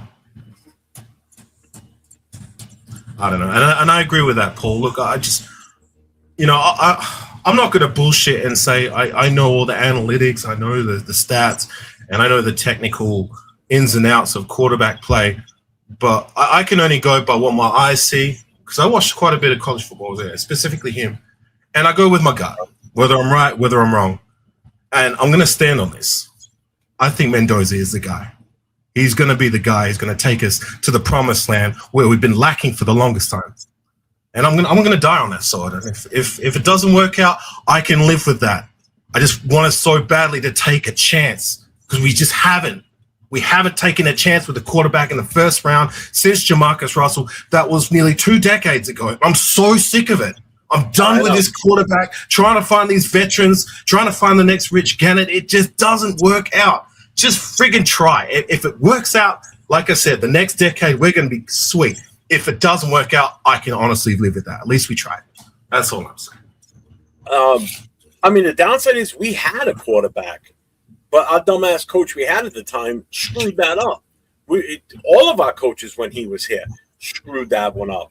And I'm going to say the name. It's Derek Carr. We had a guy that was there every year, wanted to be here, loved this team, gave it his all, but we never helped him, meaning we never brought in competition for him. He never had that fire lit under his ass to excel more than what he had to do, because he knew he was going to beat out anybody we brought in. Okay, so we never brought in another quarterback to learn behind him either, to grow into that potential to take over. That's where we really screwed up, is that point. That's where this could have all changed then. And it could have been done with that whole Khalil Mack trade, but our head coach at the time was a complete moron, and our GM, and they screwed up those picks. That trade that we did was epic for us and could have set us up for long term. Just like this number one pick right now could set us up long term with what we could do with it. And the same thing with trading away Max if we have to. We could set this team up for the long term if we do it right. We've got a lot of holes. Let's face it. We've got a shit ton of holes. We have no depth. Our depth was our starting roster this year. All our depth was put into the starting roster because of injuries and players just sucking and having to spot players in and out. Now, we've been in a funk for the last couple of years where we can't win more than 4 games. When was the last time we won more than 4 games? It's been a few years. It was the year when Antonio Pierce took over, 2024. That's what, and again, that was because that was the shot in the arm for the team because McDaniels got fired because everybody fucking hated him, and the team was playing for him at that point and for themselves. So yeah, they excelled. You didn't see it last year. You definitely didn't see it in 2025. I mean, our team was as flat could be. I mean, we looked absolutely horrible out there in those games. Now, I saw firsthand at the Philly game, when they came walking out of the tunnel to start the game, I saw 2 or 3 players run out onto the field and over to the bench. The rest all walked out like they had been up for the last 48 hours and had 0 sleep. They were so sluggish and like they didn't even want to be there. And yeah, I know it was cold, but come on, you've played cold games before. Give me a break. You know, they were flat from the get-go. That team, they just looked like they wanted to get in it. That's why it was the second shortest game in NFL history. Didn't feel like it's sitting in the stands. I felt like we were sitting there for 6 hours freezing my balls off. But the game was only 2.5 hours long. Playtime. That's insane. You know they just wanted to get the hell out of there. They looked horrible. And then the following week they go to Houston or whatever and they almost win the game. It's like, where the hell was that team a week ago? You know? It's like, what the fuck? We're very void on talent. I agree with you there. Oh, my God, yeah. We can't. We have the ammunition to turn it around. We have one of the biggest salary caps available at our disposal, right? Exactly. Which is where I would preferably like to address the offensive line. Bring in 2 free agents. I don't care how much money you have to throw at them. Just spend it. Don't give a shit. And that would be my main priority. And sure, whatever else we can do. But, you know, I'm going to stand 10 toes down, like I said, and take Mendoza number 1. But it's not like Mendoza's the only draft pick we have. We have 9 other picks in the draft to address everything else that we could possibly have to find, like depth players or possible starters. I mean, we found Max Crosby, in the 4th round a few years back? I mean, just because you don't have a number 1 or first round anymore, if you can find guys in the 2nd, 3rd, 4th round, and if we do that, then we're going to be okay. We're going to be okay. Well, let me ask you this. What are you going to do if the head coach comes in here and Mendoza's not the guy they want? If it's not the guy they want, it's not the guy they want. Because we don't know what this guy wants, whoever the head coach is. We don't know that true direction. Yeah, that GM and Brady and Mark Davis can go down to the national game. I mean, there's no saying that that's what's going to happen. You know, everybody's just going with the consensus number 1 that, it's him, just because we need a quarterback. I get it. We need a quarterback. And as long as we address – now, hear me out. This is where everybody kind of gets pulled back into what I'm saying. If we address the offensive line in free agency, then I am all for. If you think Mendoza's the guy, go get him. If that's the case, you go get him. Plain and simple. But if we can't address the offensive line in free agency, because you're not going to be able to do it in the draft. You're not going to be able to get guys in the draft that you think are going to come in here because we only got the 1st round pick. We've got number 36 in the 37 in the 2nd round. We don't have the 1st pick in the 2nd round. Okay, so you're already not getting that top 33rd player in the draft. You're already falling back a little bit, right? So then your next option is it until the 3rd round, and we're still not the 1st pick in the 3rd round. We're the 4th pick in the 3rd round. All right. Remember, it changes every round because we had a 4-way tie for the finish at the end of the season. Now, So if we can address the offensive line in the free agency, go do it. Get him. But even if not, go ahead. Sorry, go ahead.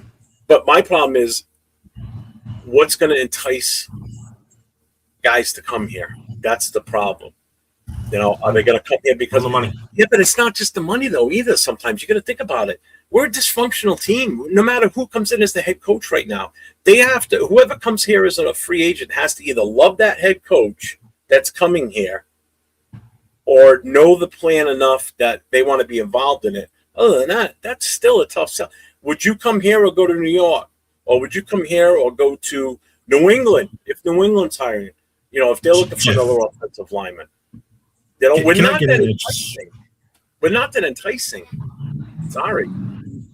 Jeff, if I can get in there for a second. Remember Derek Carr in his first year, right? Remember, we didn't have the car insurance year one. It was year two where we went out and brought in free agents, and Gabe Jackson was starting to come into his own. I mean, we had Donald Penn, but for the most part, that car insurance wasn't until his second season and beyond that. So, even like I'm with you. We have to make that a priority, a high priority in free agency.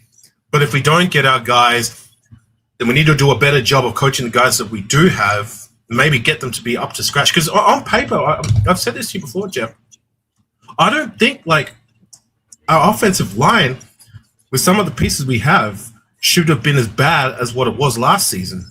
Like JPJ, if he'd have taken a step up from his rookie season, would have contributed to that. DJ Glaze, a guy who showed high promise in year one. And when's the last time we drafted a right tackle who showed promise year one? Every tackle we've drafted has struggled to a point, even Colton Miller. Mm-hmm. And then what? Like it's like he forgot to play in year two. You know what I'm saying? We've got who was that guy? Caleb Rogers, the guard who showed some promise in year one, and we still have Colton Miller. So that's four guys that I don't think are that bad. Like with the right coaching and with a little bit of development, you just said the key word, coaching, because we already know our offensive line coach was horrible. Right. So I would already expect us to be better in that category comes this next coaching cycle, because you're going to hopefully get somebody in it. If the guy that I'm hearing comes over with Kubiak as the offensive line coach, then full steam ahead, because this guy's good. This guy's a really, really good offensive line coach, and that will elevate that line. We just got to get rid of the guys like Kappa, Forsyth, and Parham and replace them. Get rid of those guys. But do you feel what I'm saying, Jeff? No, I get it. I agree 100%. From a talent perspective, they shouldn't have been as bad as what they were. And I'm with a lot of the guys in the chat. I point the finger at coaching. It was that bad. And hearing some of the stories about how they were doing their own workouts, that says all you really need to know, right? Yeah. But when your GM has to actually take these guys aside and go through game film with them, that's not his job, but that's what he has to do to get the team better, or try to get the team better. Right. But offensive line is huge. I didn't expect the offense. I thought the offensive line was going to be good last season. I didn't expect them to regress so bad. But then when you hear all these stories, on paper, they should have been a lot better. Like that to see JPJ treated the way he was, and even DJ Glaze to regress the way he did, like that is inexcusable. And then Caleb Rogers came in the very end of the friggin' season and showed some promise. I mean, where the hell was he when we were struggling with our offensive line woes, when players were going down to injury? Like, man, it was just – I mean, that's last season, all right? I'm going to put that behind me. Moving forward, I just hope whoever takes over as our coach can see what we see, that the pieces that we do have, they aren't as bad as what they were last season. And if we can get them to trend upwards, then our offensive line will already be heading in the right direction, which is going to help whatever we do at quarterback, right?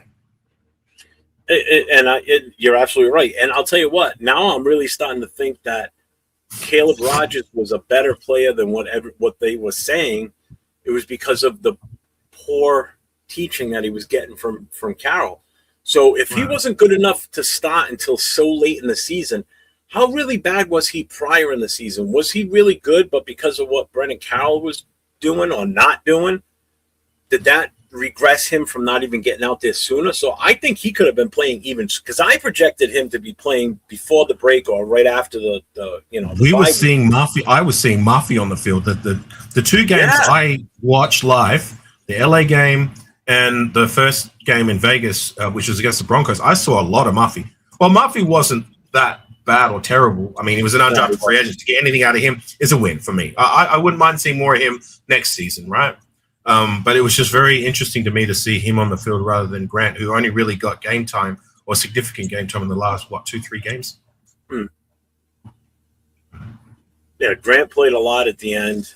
Caleb Rogers, he went out there. The very first game he got involved with kind of set the tone for him. I liked what I saw in the very limited time he was out there.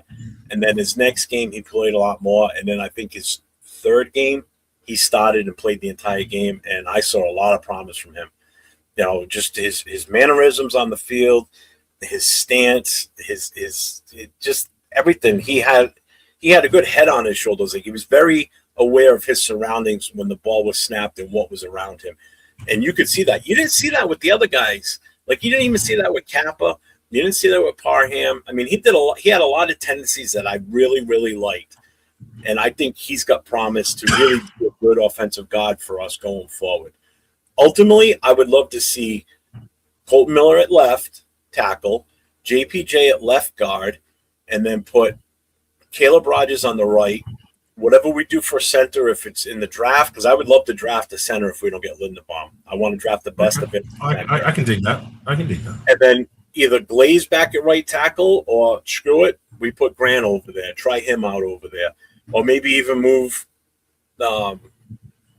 Glaze inside as a guard. I think that would be the best thing for us, because you know why? I love solidifying that left side with the two best offensive linemen on your roster.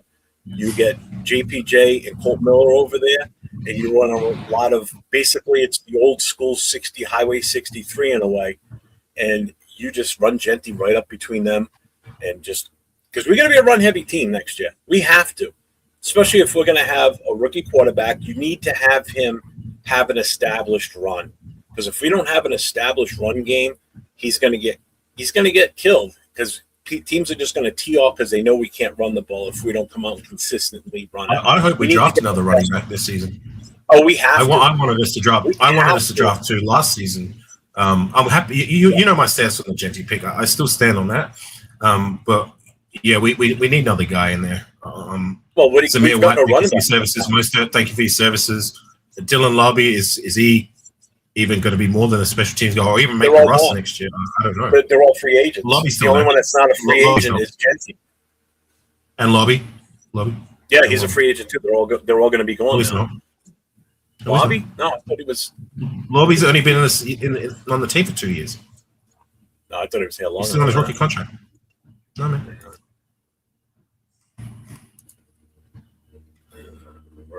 He was drafted the same year as Brock Bowers, remember? Okay, all right. So you're right. So Mostert and White are gone. And that's fine because, I mean, Mostert's going to be 34 by the time the season starts. So, I really don't want these older, over-the-hill running backs. Like, just draft somebody. Yeah. And again, you're right, too. We should have gone with a second running back last year, and we didn't. Right. Because you need somebody back there as a 1-2 punch. You need somebody back there to give Genty a break. Because if he's going to be running the ball as much as we're kind of hoping he does, you don't want to burn this kid out. He needs a break, So we got to get another. We have 10 picks. We have 10 picks. Surely we can use one of those mid to late rounders and take a fly on the running back. Sure, right? Yeah. I mean, last year would have been the year to draft a second running back because there were so many good running backs. There were running backs taken way late in the draft last year that have ended up being starters in the league this year. So I mean, they're out there from last year. Is any of those Miami Hurricane running backs going to be declaring for the draft? No, because I believe one of them's a freshman. Okay. Because I did bring that up. I did mention that on another show. Because I watched quite a bit of Miami leading up to the championship game. Because my guy on 6 is a big time. I figured that too. I would ask my guy. Yeah, I would ask him I like six what I on saw that. from some of those Miami running backs. Oh yeah, dude, they were good. I'll tell you, that's a stacked team. They're going to be good next year too. But I will say, for all I disagree with you about, like what I want to do with the number one, what you want to do, one thing I will agree with you on is that Bain cat is a bad man. And if we were to draft quarterback for whatever reason, Bain would be the only guy I'd be like, well, okay. I'm with you on that. I think Bain would be an instant starter, and he's going to be a game wrecker for years to come. Well, I don't know. Like I keep saying, I just want us to we have to take that shot. We have to take that chance. We can't let another year go by, especially when we're in the best position we'll be in, hopefully for, like I said, another decade, another 2 decades. I don't want to see us picking at number one again. I really don't. And like I said, I'm not an X's and O's a coach or know the technical ins and outs of quarterback play, but I know what my eyes see and I know what my gut says, and I'm going to go with that. Mendoza's my guy. We the people, Parham isn't bad though. Oh no, Parham's horrible. And don't go by PFF either. I don't think he's horrible, but I think we can do better after he's had 4 seasons with us. Are we really going to give him another shot? No, I'm good. And just on Jack Kenner's. Sorry, go ahead. God, no, I just real quick. I will say that's one of the only times I gave Parham credit last season was I saw him pull, and I was impressed. That was the only time I was impressed with him all season. He had a play where he pulled, and he got right in front of the running back and cleared the way for him. He's quicker than I thought, but that's because he's a little bit lighter in the ass, too. He's not a heavier guy. God, what was it, Jack? What? Jax was talking about Lucky Tassi.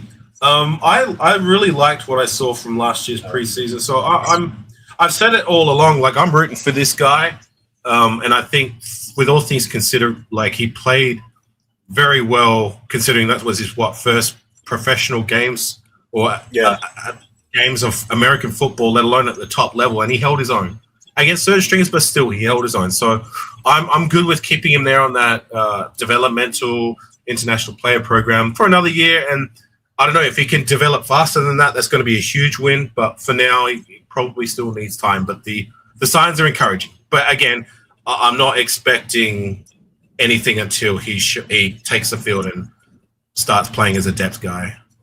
But if he does, then that's a huge win. It's a huge win. I'm rooting for him. Here's another guy that stepped up too, Jonah Lalau. I mean, however you say it. I know you give me shit. Yeah. Laulu. All right, you don't need anyone, Jeff.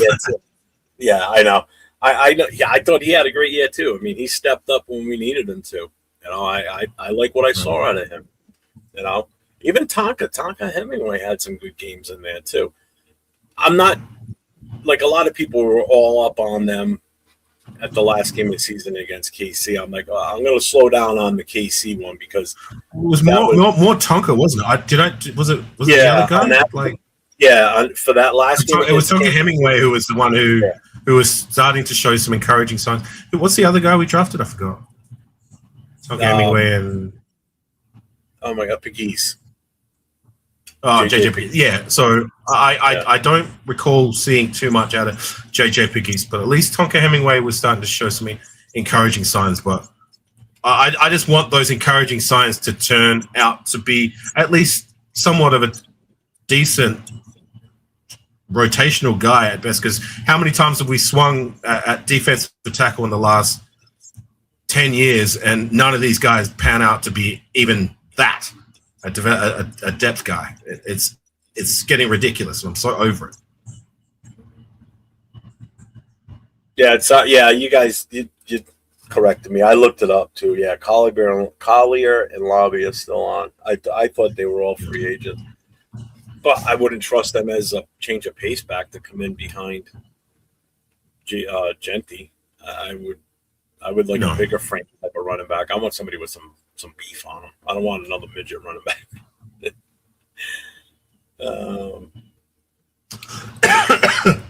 Where are we in the chat here? Because I am way behind in the chat.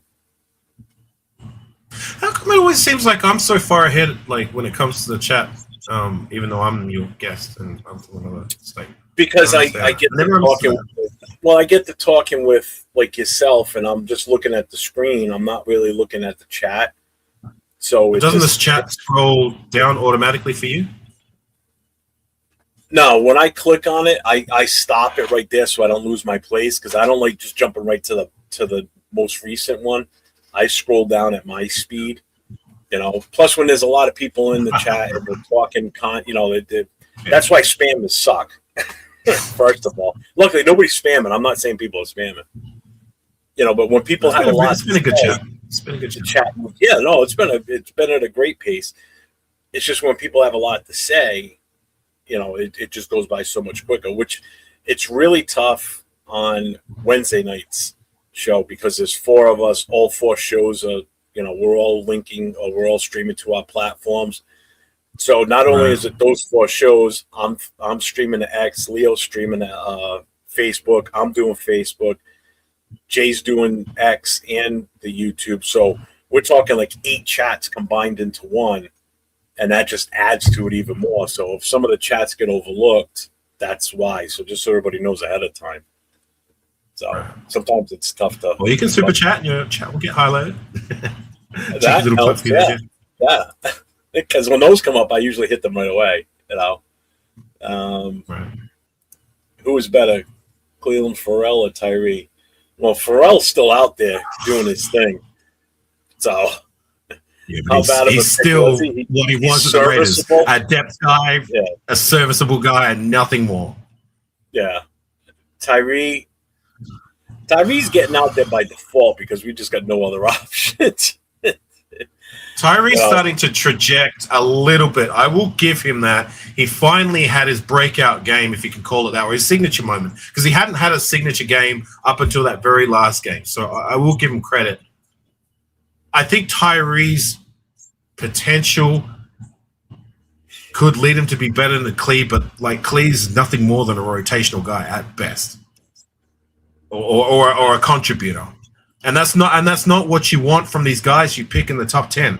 I'm sorry. No, like that's well below the expectation. The fact that Tyree was still fighting to get on the field come year 3, that's unacceptable. Absolutely unacceptable. And that's crippling for us. Yep. And he's a perfect example of value for your pick. So we took him number 7 overall. Did we get the best value at that number 6 pick? Hell no, because we could have gone so many different directions.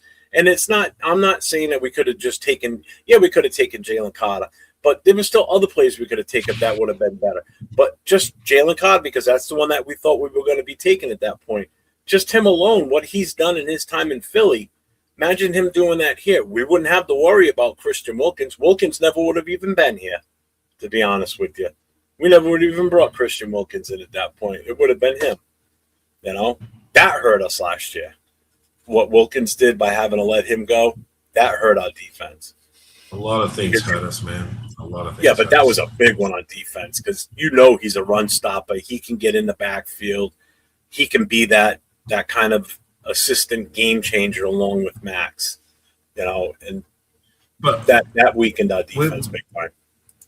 That draft class that Tyrese was a part of, being that it's now been 3 years since that class. And I've said it how many times that 3 years is enough of a sample frame to know if a player's got it or they don't.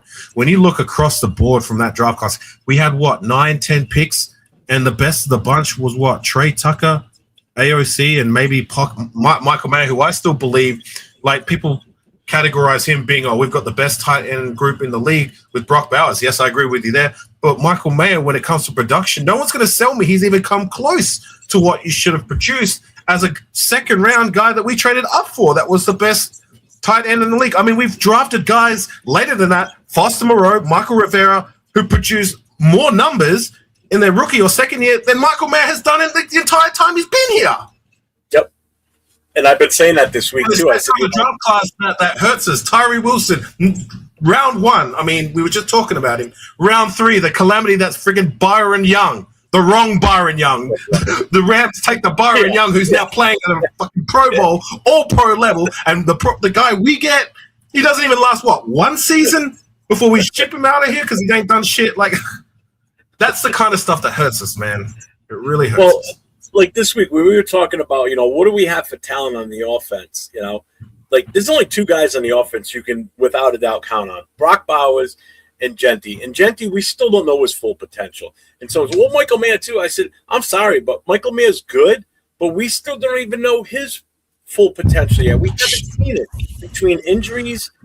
His issue last season, you still haven't seen what you ultimately can get from. We haven't seen the best of Michael Mayer. Like I agree, from the potential and physical attributes, he shows flashes. But like when I look at production, I'm going to stand on that. Nobody's going to sell me the production we've gotten out of him is even close to what you expect, even from a backup tight end. Yep. That was a guy we traded up for in round 2, and that was the best tight end in that year's draft class.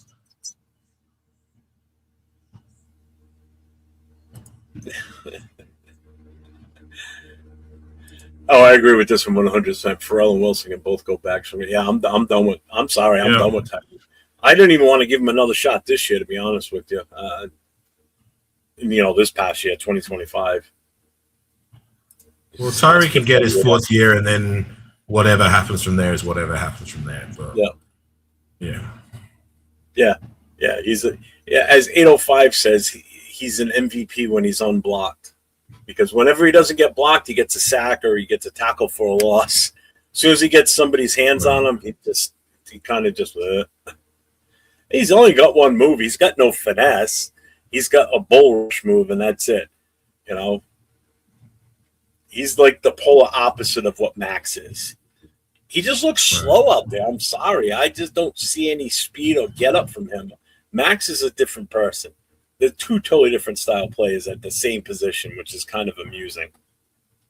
He doesn't have to be Max, but again, you can't take but a he's guy 7th overall and that's all you're getting is a rotational guy. Yep. Come year 3. It's those kinds of things that really hurt us.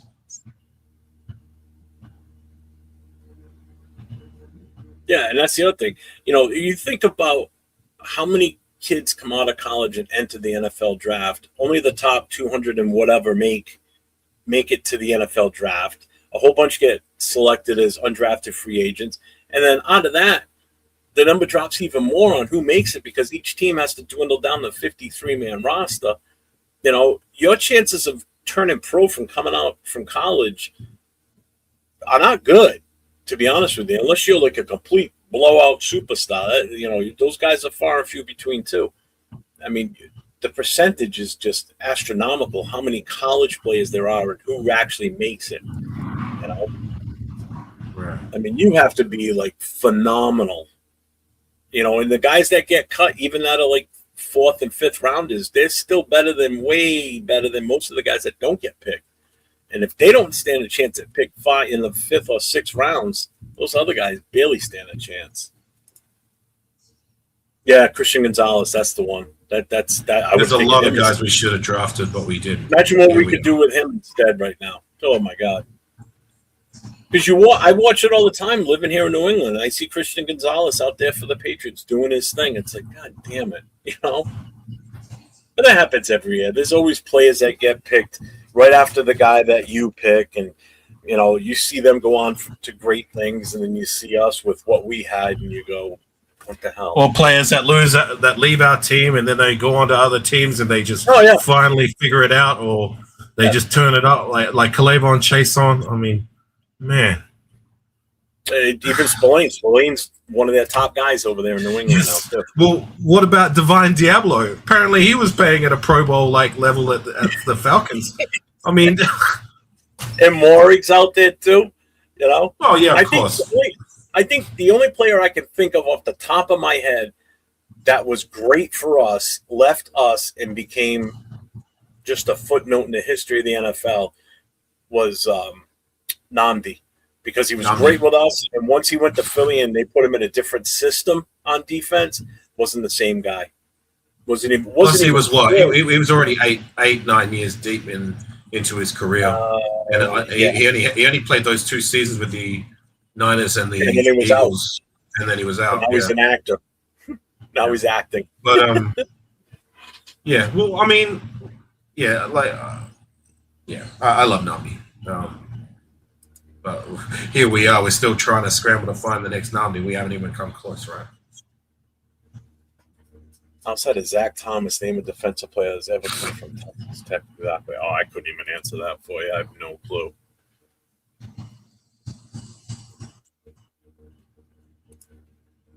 Shit, this 55-year-old linebacker defensive in high school could look good if I'm blocked with a cigarette in one hand and a Sierra Nevada in the other. Yeah, okay, Jack.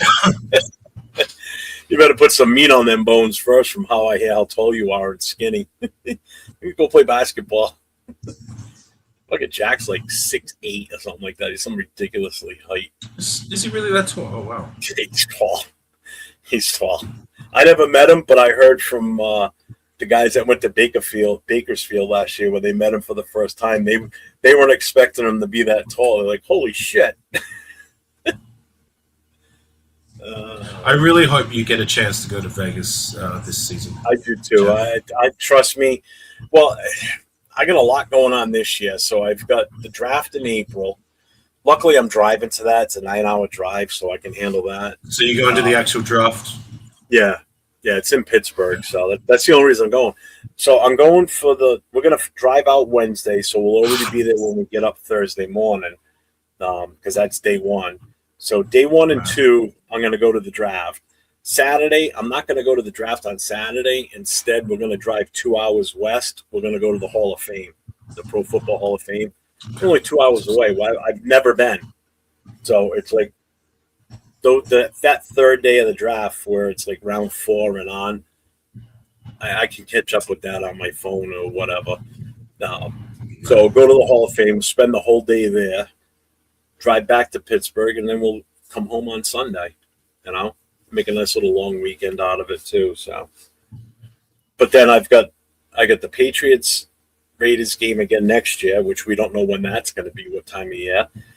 And then we got the Raiders coming to New York to play the Jets. That's going to be the game to go to next year. Anybody that's thinking about traveling to a Raiders away game, that New York trip is going to set up to be pretty damn big, because you're going to have there's a lot of chapters. Black hole chapters, independent clubs like Silver and Black Empire, booster clubs. There's going to be a lot of organizations involved that plan in that weekend. Mike from Raiders Against the World, he's coming out. So it's going to be a big deal. Speaking of which, that was one of the coolest things about my experience in the U.S. is getting to meet the different clubs. Like, obviously, the Black Hole and TNBC, your two most well-known booster clubs within the Raider Nation fan base, but there was a lot of other ones that I came to meet along the way. I went to this random bar to watch that game you were at live, and I met up with the Inland Empire. Have you heard of those guys? Yeah. Yeah. Oh, are you talking about Leo's group or? No, that's not Leo's group. Inland Empire? He's the Inland Empire Black Hole chapter. That's the one Leo's the president of. Is he? Yeah, the Black Hole chapter, Inland Empire. I know there's Inland Empire booster clubs, which is different from the Black Hole chapter. That's probably what you were talking. Yeah, maybe that's why. Because I went to this bar in the middle of nowhere because I was on the way back from seeing On 6 out in Marina Valley, and the Inland Empire just happened to be at this bar, which literally it was surrounded by desert. Like there was like nothing out there. It was like a beacon of come watch the game here. And I went there. Or like something out of a movie set where you're traveling down an open desert road and all of a sudden this bar appears out of nowhere. It's like, oh. Yeah. It was kind of cool. I got to get going, Jeff. I got a few things I got to take care of. Yeah, I'm pretty much done now. No problem, man. As soon as I saw you pop up below, I'm like, I know he's going to come on, and I'm going to let him stay in for a while because, I mean, you haven't really been on any shows lately, like long-term type stuff. I know you were on the other day with last week with Leo and them and shit. But so I figured, it's been a while since. I like coming on when I've got my setup at home. I sound better. Yeah. Everything's all how I want it to be, rather than when you're joined by your phone. I have to worry about, is my audio coming through right? Do I sound like trash? Is the visual quality even any good? Like, I'd rather do it this way. I can't even see the chat when I'm doing it via my phone. So, yeah, that's true too. You have to kind of go back and forth, and it's just not optimal. Not ideal. Yeah. Well, I Thank you for having me appreciate on, you man. popping in, man. That was awesome that you came in. I love getting on stream with you and talking football because, like I've said before, you're just so passionate about the team, and I get it. You know, you only want the best for the Raiders, and I do. just like anybody else, but you take it to a different level, and I love it. That's why I love it. I love the authenticity. From passion, man. There's a reason why I came to the U.S., even though we were literally the worst team in the league, and I was still there. You know what I'm saying? I went and saw 3 games, and it was still one of the best experiences of my life, and something I will cherish forever. Again, I appreciate you coming on here, and I can't wait for you to get back onto your own show, and when you go on and talk about your travels out here and everything that you got into. So that'll be fun. So, all right, man. All right, well, you take care. I'm gonna head on out. Yeah, brother. Right, Thank you. Thank you. Take care. All right, everybody. We're at that 2-hour, 10-minute mark. Arnie's one last question here. Who is better player, AOC, Geno Smith, Minshew, Jimmy G, or Jarrett Stidham? They're all kind of shitty.